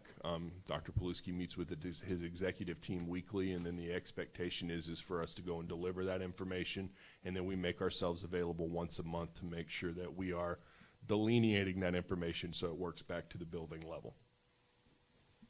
We have firm timelines now for signing contracts and internal transfers this year. June 2nd was the last day you had to sign your contract. Anything beyond that was viewed as a resignation. With LEARNS, there is no longer the ability to rescind your signed contract, and so to sign the contract, that last day is the last day you have to secure your employment for the next fiscal year. June 20th, 2024 is the last day we allowed internal transfers, and that was communicated to our leaders and our staff. And so anything beyond that is a backfill situation or has to be blessed by the superintendent to proceed. And so that prevents us where we used to kind of play whack-a-mole, and is how it's defined. And so an individual would hire somebody in late July who thought they were fully staffed, but now this individual, we were kind of eating our own in regards to that. And so we've put in a process to make sure that people are communicating and everybody's clear. Assigned and monitor mentors to new teachers, so school performance assignments, curriculum department supports, all of these different mechanisms. The the facilities with the millage. Getting a new middle school would be amazing. Old Main, the indoor sports complex, and then us finally putting the administrative annex to rest this year, and with the new building. The new building. Investments in our building leaders, professional development, climate conversations with action steps. I believe Ms. McLean was at the Leadership Institute. I don't know if Dr. Redis was there at the time, but I spoke to our leaders about we have to make a concerted effort to make sure that we are loving on our new teachers. We are loving on our staff members. We need to make sure that we are not only taking action steps with those individuals, but also with our community. The only way we are going to grow and bring students in and bring students back, that now with this world of choice and learns and everything, is we've got to be better than everybody else, and they've got to feel loved, because parents have never had more options, staff have never had more options, and so we have to be mindful of that, and we just have to do better from a employment, I want to work here perspective. Competitive pay, LEARNS did help with that. On-site job fairs, April 13th, 2024 and June 12th, 2024 was a big help and a big transition. We've been doing those for the past couple years, and I've got to give Dr. Hooper, she was a big driving force in regards to that, and then everybody else has kind of jumped on board. Those have transitioned, even from my perspective, where it's a holistic approach. I mean, not only are we presenting ourselves, we have our building leaders there. I mean, we've gotten to where we all got matching tablecloths, what you see before us for each school site. I mean, it's become a very professional and good-looking job fair, and I'm very proud. And that was, like I said, Dr. Hooper's brainchild, and it's just morphed into something kind of like our Night of Honors that I think is really good and people have come to expect. Safe and healthy learning environment. I'll always give kudos to Chief Finks and the safety services team. We have the best in the state, if not one of the best in the nation. Armed staff in all schools. Kudos to Mr. Logan Shop for the revision of the fighting policy. I think over this past year, we saw a great shift in regards to that whole dynamic. Placements, it's been a great burden on everybody at the executive level in his department in regards to those things, because that's a lot of time. It takes a lot of time and effort, but it's been needed and we've seen results. And so that's been very good. Extended planning time, the board was gracious enough to approve the early release calendar. We'll again have 40 plus additional hours this year for collaboration. PLC, Dr. Paluski kind of took that under his wing, put a really good schedule in place so that it's defined for our principals what the expectation is and how they can move forward with their staffs. And then thank you, reorganization of the Human Resources Department. And so I have individuals who are really supporting me in this, and I think the board and everybody is kind of starting to see the fruits of that labor as we're trying to get our traction and keep the wheels from spinning. You're welcome. Do you guys have any questions? Yay! I do. I have two questions. One, how successful do you believe the job fairs have actually been? If I'm being honest, I think that we are getting good applicants that are coming through. I just wish it was more. Does that make sense? Mm-hmm. And so we really made a push this year. Dr. Paluski did an interview on the Good Morning Arkansas, I believe was the dynamic. Don't mention my name. And then Dustin Barnes helped with some digital marketing and stuff like that. And so it really is an ever-evolving piece, and I think we're getting better as we go.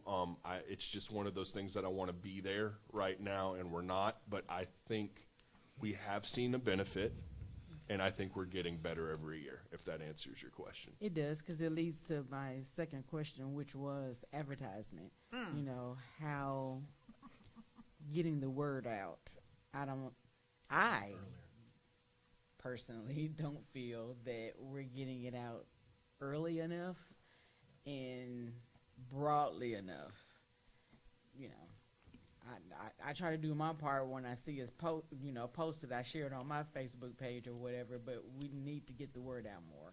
Yes, ma'am. I will take that into consideration and have a meeting of the minds with Mr. Barnes, and make sure that we can maybe even have a conversation on our weekly board report with the board about, you know, these might be our options, get it blessed through the executive team and communicate with you guys so that if there's any issues, we can reach directly out. Great report. We're sitting pretty. Looking at the numbers over the years of where we have been for openings, where we are today, what our needs are. We do need some science teachers, 100%, but we're doing okay. I'm very proud of our district. I'm very proud of where we were, where we are today, and where we are headed. So the future is bright. Thank you for that. To piggyback off of Dr. Redis, what I wrote down as far as my notes was marketing, especially, you know, like for our job fairs. So I definitely think that that is something that is not only lacking as far as our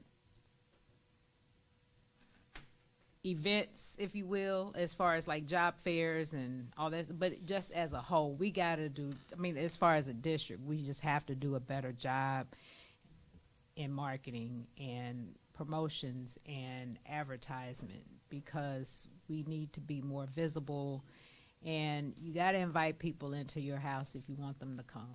That's just point blank to the period. And that's just one of those, I mean, I come from a marketing background. You got to let the people know that you're there and what you need. And as far as when you were talking earlier, you were mentioning as far as growing paras. I was wanting to know, do you have like information readily available to them as far as what they need to do, what are the next steps, how they can, if they want to become a teacher, and then are there any type of incentives for them to grow their talent? Yes, ma'am. So Ms. Reddix, out of my office, this was a beginning tradition as well, was what we called the Pathway Fair. And that was for individuals who had an interest in becoming a licensed educator. And we brought institutions in. They were able to meet with them. We had about 10 or 12 institutions and some of the alternative licensure institutions as well, such as RPrep and things like that. We pushed that out. We put it out in our newsletter, top 5, all those different things. That was a well-attended event. And so individuals that were wanting to become educators, that was an option for them to see what is available. We also have the partnerships as well. Some of the MOUs, we're a partner, a corporate partner with U of A of Little Rock, where there is a tuition incentive. It's much, much cheaper for our individuals that are wanting to enter into an education prep program. And there's also other agreements and arrangements we have with other people, but there is a money factor from that perspective, a money savings factor. And then we also approved, Dr. Nickerson and I both worked on that apprenticeship model in which the board approved. And so there is a financial incentive as well, where if you are a first-year apprentice, so a paraprofessional basically in your year 1 of college, and you are working as a para, and you are working to become a licensed educator, there is a higher rate of pay associated with that. That's in our standard rates of pay. And so that increases yearly all the way through year 4. And so then I get what you're saying as far as in the schools currently, or if they're going to school currently, but what about like our parents that are currently working for the district? Are we trying to recruit them or try to encourage them to maybe get that further education to maybe, okay. Yes, ma'am. And what schools currently do we have partnerships with? And is there room and opportunity for maybe inviting others? Yes, ma'am. So UCA, ASU, Arkansas Tech, UAPB, and Harding. And then we also make site visits to various other ones to see if we can attract some of the individuals that are wanting to come to North Little Rock. But those are who we have current active MOUs with. Because I know, like, for example, when I was at a banquet for Philander, they have, like, a whole education program that, I mean, it's right here in Little Rock. Like, I think that is kind of, like, an untapped market, if you will. But I mean, it might be something that, you know, the two of you can maybe kind of get together, maybe meet with the president over there to maybe see what kind of partnership we can get with Philander Smith. Yes, ma'am. And I think that's all I had, but definitely we got to do a better job as far as our marketing, because it's, you know, back in the day, you couldn't turn on the TV without seeing North Little Rock School District. And you couldn't flip a magazine cover and it was not a North Little Rock School District. But we got to kind of get back to that. That's all I have. I'll receive that. Bring that feedback. But I do, wait a minute, real quick, Ms. Temple. I do like the fact that we, you know, are doing like the leadership academy. It's getting late. I'm getting sleepy. With the leadership academies and doing a better job as far as welcoming in the new teachers and our past teachers, and giving us, even with on the board, you know, an opportunity to interact with them before the school year starts, so we're not viewed as the all big bad board that, you know, we're just heartless up here, because we're not. I mean, we're humans too, and we have feelings, and we want the very best for our teachers, and we want to make sure that they know that we're supportive of them too. So I appreciate the opportunities to get in there beforehand and before school starts. So that's all I got to say. Yes, ma'am. All right, and I just want to piggyback. We can't communicate enough, but there's so much out there screaming for our attention. I know that things get communicated, and I think, how did I miss that? You know, so I guess just everybody keep that in mind, word of mouth. You know, I think we can't communicate enough. Yes, and ma'am. it doesn't matter how much you communicate, people are going to miss it. So, but I do want to say I can see, like, why teachers are leaving. Y'all are doing the exit interviews. I can see all your department coming together. Got much to be proud of. Thank you. Very proud of them to have them all. I just want to say we wasted our money last year and year before last, talking about some billboards, and whoever look up when they're supposed to be driving down the highway. Come on, Mom. Yes, ma'am. So, and we can do some free stuff. Every time I get on Facebook, I see a particular district constantly talking about showing the band, showing the dance. And this is on Facebook. Free. Well, that's why, and I'm not even talking about money, but we've got to have some initiatives, Miss. And all it is, the magic word has been said. I can read the Sorry magazine is free. Everybody got the schools listed in it. I can go to the AY. They got the schools. Recognize it. We're not doing that. And we're just as good as we had one piece of article, and I gave it to Dr. P when it was in there. But nothing else. The Arkansas Times. So all I'm saying is, maybe Dr. P, he'll work on that. We're just not out there. We're better than what we are. Somebody in getting no recognition for who we are. That's all I'm saying. Yes, ma'am.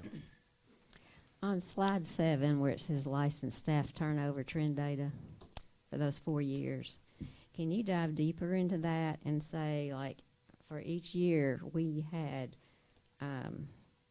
30 elementary positions that were retirements or resignations? Yes, ma'am. I can dive into it by name.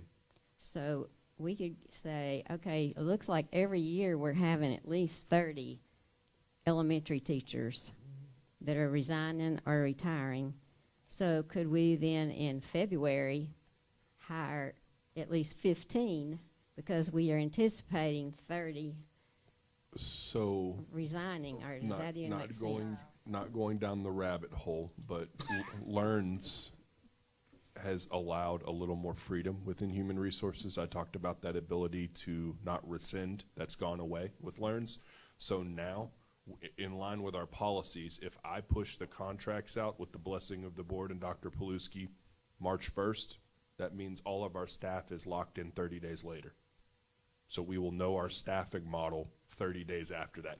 that might be a bit aggressive, but that's the type of conversations that we are having. So if we push it out at spring break, then we're going to know by mid-April who is locked in for a contract with North Little Rock. And that's the conversations that are trickulating in all the districts. So there's Can't be pushed out February 1st? there's no law that defines that, ma'am. So we could. We could. It also behooves That's us, way though, early. to be very mindful of our student data. And we don't want to be overstaffed, and we don't want to offer too many contracts. And so us being strategic is the best way I would say it, to make sure that we are, if we need to absorb staff, then we're doing that, but we are not putting ourselves at a deficit, since 84 to 86% of our entire budget is what goes towards people. And so need to be solvent, need to be tight with that. So if you knew you were going to have 30 approximately every year, you could go ahead and hire 5 or... Well, I think just something to consider is that's what we call an overhire. So we'd be hiring, anticipating that somebody's going to resign, and I'm not sure I'd want to go down that of overstaffing, but I think getting ahead of it, which is what Mr. Smith's plan is, and now he's got some staff. It's also contingent on our work with LPPC and CPPC, because salary schedules, there's work that has to be done there. So I think backing it up is the natural thing to do, but there's also a whole lot of things that have to happen even to get to that point, to get contracts ready to go out. So you wouldn't even consider doing 5? all right, maybe 3. Okay, because I mean, we're going to look at the data and say, oh, this Well, is what we absolutely. have, Sure. each year. We And- know we're going to have this many. And so one thing that we have started is starting to put an advertisement out there of an anticipated vacancies, so that we can start interviewing individuals, that in the event that we're ready, that we're speeding that process up. Okay, good. That's a start. Okay. Thank you. This Yes, ma'am. is what your department is doing is awesome, and I'm so glad that you got more staff, Thank you. and it's showing. Thank you. It's showing. Like I said, they're great, amazing people, masters of their craft. Thank you. Good report. I think now with your staff finally getting your arms around a lot of issues I think you've been working with for a while. I do like the fact that you are very engaged in personnel issues, and that's really saying a lot because of how many people we have. One of the things I rarely hear, Dr. P, is our school district is the #1 employer in North Little Rock. We rarely hear about that. I mean, there's no company, there's no industry here in this city that employs more people. That's a good point. So the district helps with things like housing, because many of those people move here, live here. Sure. Utilities, they pay utilities, spend money, and so forth. So I think partnerships outside of the district, because of what this district brings to the table economically, could be an asset to you down the road. Thank you for that. And one of the things in Ms. Reddix's box with the recruitment and retention piece of licensed staff, and even in Ms. Strickland's box, we have started exploring like partnerships with apartments to see if they could provide our people that are coming in to North Little Rock a discounted place to live, and things of that. So there are perks that we are exploring in regards to that. And so any ideas, I mean, I'm an open book, so anything that anybody would like to share, we'll explore and we'll see if it fits. So thank you for that, Mr. Steele. I have one more statement. She's done. You know, I've heard what everybody said about marketing, but what really makes a difference in any district is your schools, how well they're doing. And I think once we get our schools and people say, people call and say, I want to go to that. No, all of our schools are improving. And I think once Dr. Pulaski can get everybody that's digesting, what's that word the judge used? Downloaded to the point of where his vision is, and get our schools out of the grades that they're in, this is what brings people to the city. It's not just, they used to talk about the drama department, that people mindset has changed. This is a different generation. If we could focus in on our schools and how well they're doing, and they are doing well, put that out there so people can see it. And I think that's what draws people that say, hey, I want my child in a district where they're growing and doing things. Yes. And that to me is better than any marketing you can have anywhere. This is a great district because we have great what? Schools. Thank you for that. Yes, ma'am. Hey, and I really like your new people helping too. They are off the chain. Yes, ma'am. They really give me a lot to read about.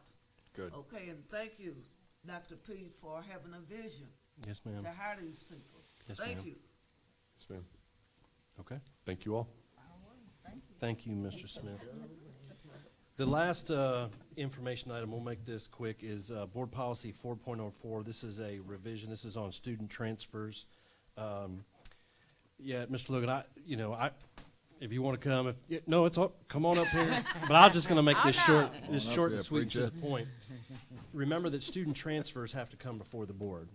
Under the LEARNS Act, we now, if we update our policy, they no longer will have to come to the board. I will have the authority to approve those, because the issue is that students have to wait maybe 30 days to the next board meeting for that to be, but we have to change the policy first.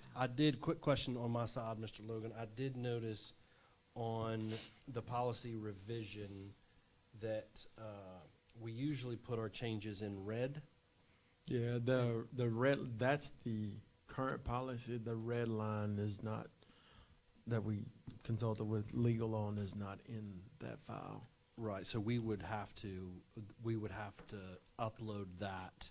Right. And make that transparent to the board. It's in board docs, it's not uploaded here. And it's also been in the board report, your weekly report. I gotcha. But to be transparent to Yes. our public, and that's what the board will have to vote on. So if we could maybe get with Ms. Colquitt to get the red line version so the board and the public can see the changes. But essentially, that's what the change is that now we're aligning with the law. Okay. And it'll make it a lot easier for parents, and we can just accept The only those. thing would come to you would be a denial if he wanted. But you would take the action to give him the authority to approve. Would you have to sign if it's a denial? Would we have No. to sign like we sign now when we? No, if we approve that's it, what, that's just the superintendent. that's what we're approves it. changing. Is just, Yep. Yeah, it just kind of takes it right out. Makes it more efficient for parents. And it's a practice that's been in place in Pulaski County for a year. They were kind of ahead of the law. Mr. Logan, the Yes, ma'am. report that Mr. Smith just had about the fighting, Yes, ma'am. and it was all in red, and all we had to do was click it here. Is that whole block going into our handbook to let them understand? That has been in our It's handbook, already- yes, yeah. ma'am. It would be that whole sheet. The fighting policy is in our handbook, Yes. as stated, Will it be in the handbook? Yes, It is ma'am. now. It's in there. It's currently in Yeah. there. Yes, ma'am. Because I saw here, and I don't know reason I was asking, I thought perhaps there may have been some changes since they No. had it in the what? HR's report, a little Yeah. blue line. Thank you very much. Yes, ma'am. That is, All in my yeah, Kool-Aid, that is don't our- know the flavor. yep. That will be, and we'll get that updated with have Ms. mercy. Colquitt. What's the blue flavor? That's my favorite. Are there any questions for Mr. Logan about this change? Thank you. No, it's not. Let me ask you really quick. As far as like the handbooks, are they getting those electronically, or are those like actually printed and the parents have to sign off on it and all Last that year was the stuff? first year we didn't print any. Okay. We're going to print some this year, but it routes, so Power School routes directly to the active link for the handbook every year. So that's how they digitally sign off on it. It's always accessible online. Okay. We are printing some. We didn't print any last year, but we'll print some this year. That's what I was wondering, like if it was something that was, because for parents to, of course you're supposed to read it. It's informative, and it's probably best that every parent read it, and also point out some stuff for your child and or children to understand what the actual policy is in that handbook too. Before they sign off on it, and make sure that that's turned in, because just want to reiterate that each child and parent will be responsible for whatever that is in that handbook. Yes, ma'am.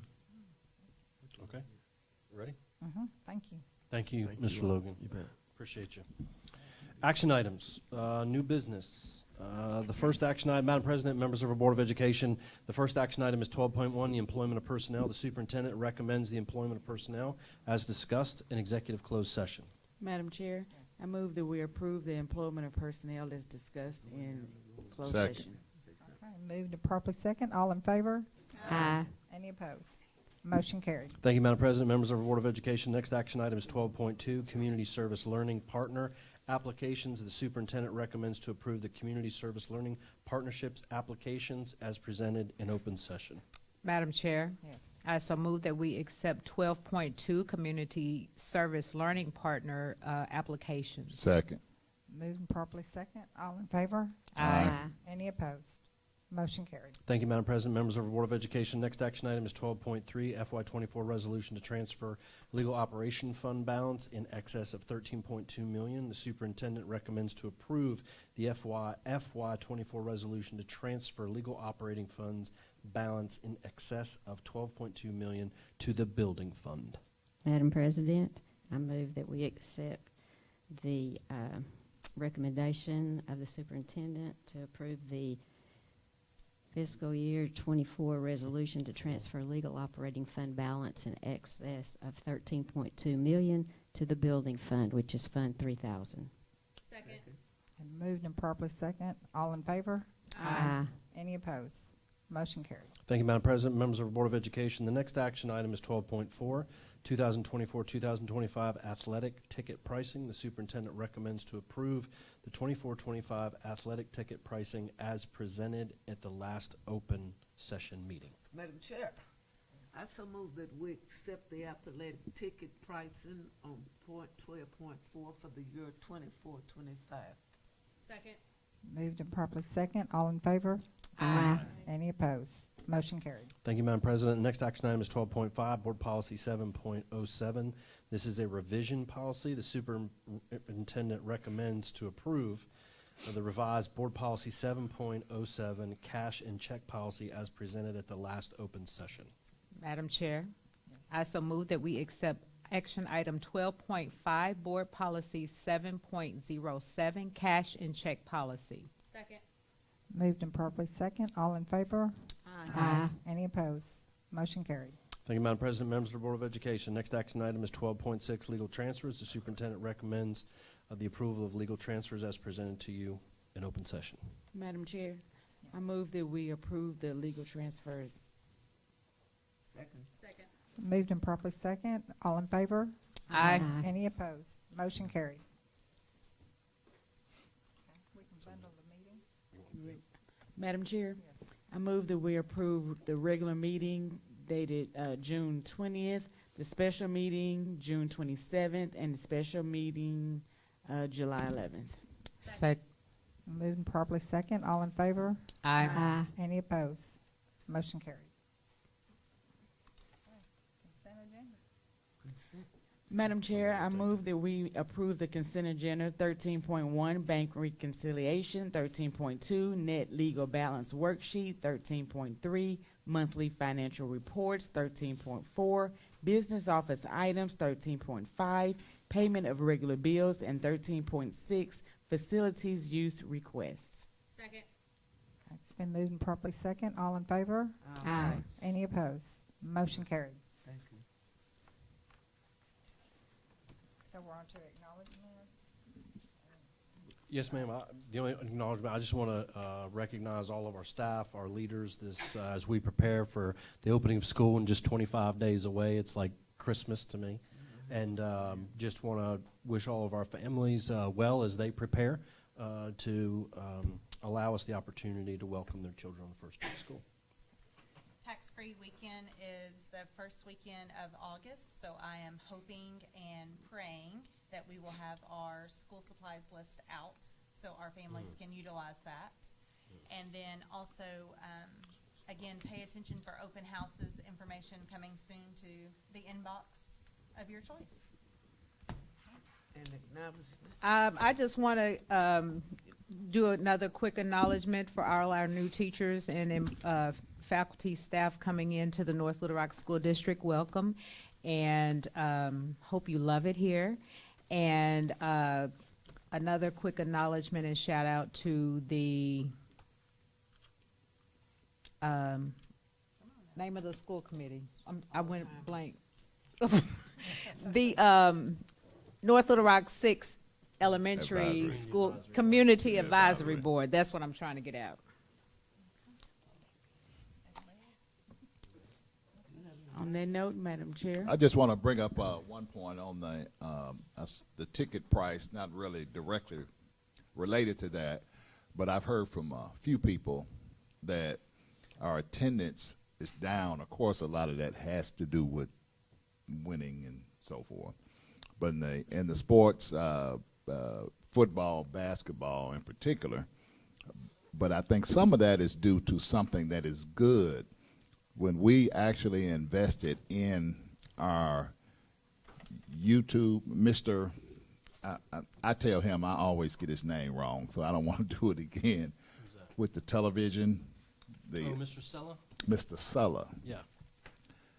The production now is so good that some people Just stay at home and watch it. just stay at home and watch it. That's true. And that's just an option. I said, well, you know, it's no. I didn't think about that. Yeah, they do, and I even know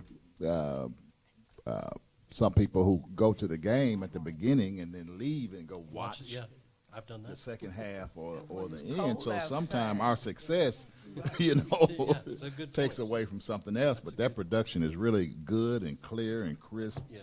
And those kids, students, do a very good Yes, they job. do. I agree. Thank you, Madam Chair.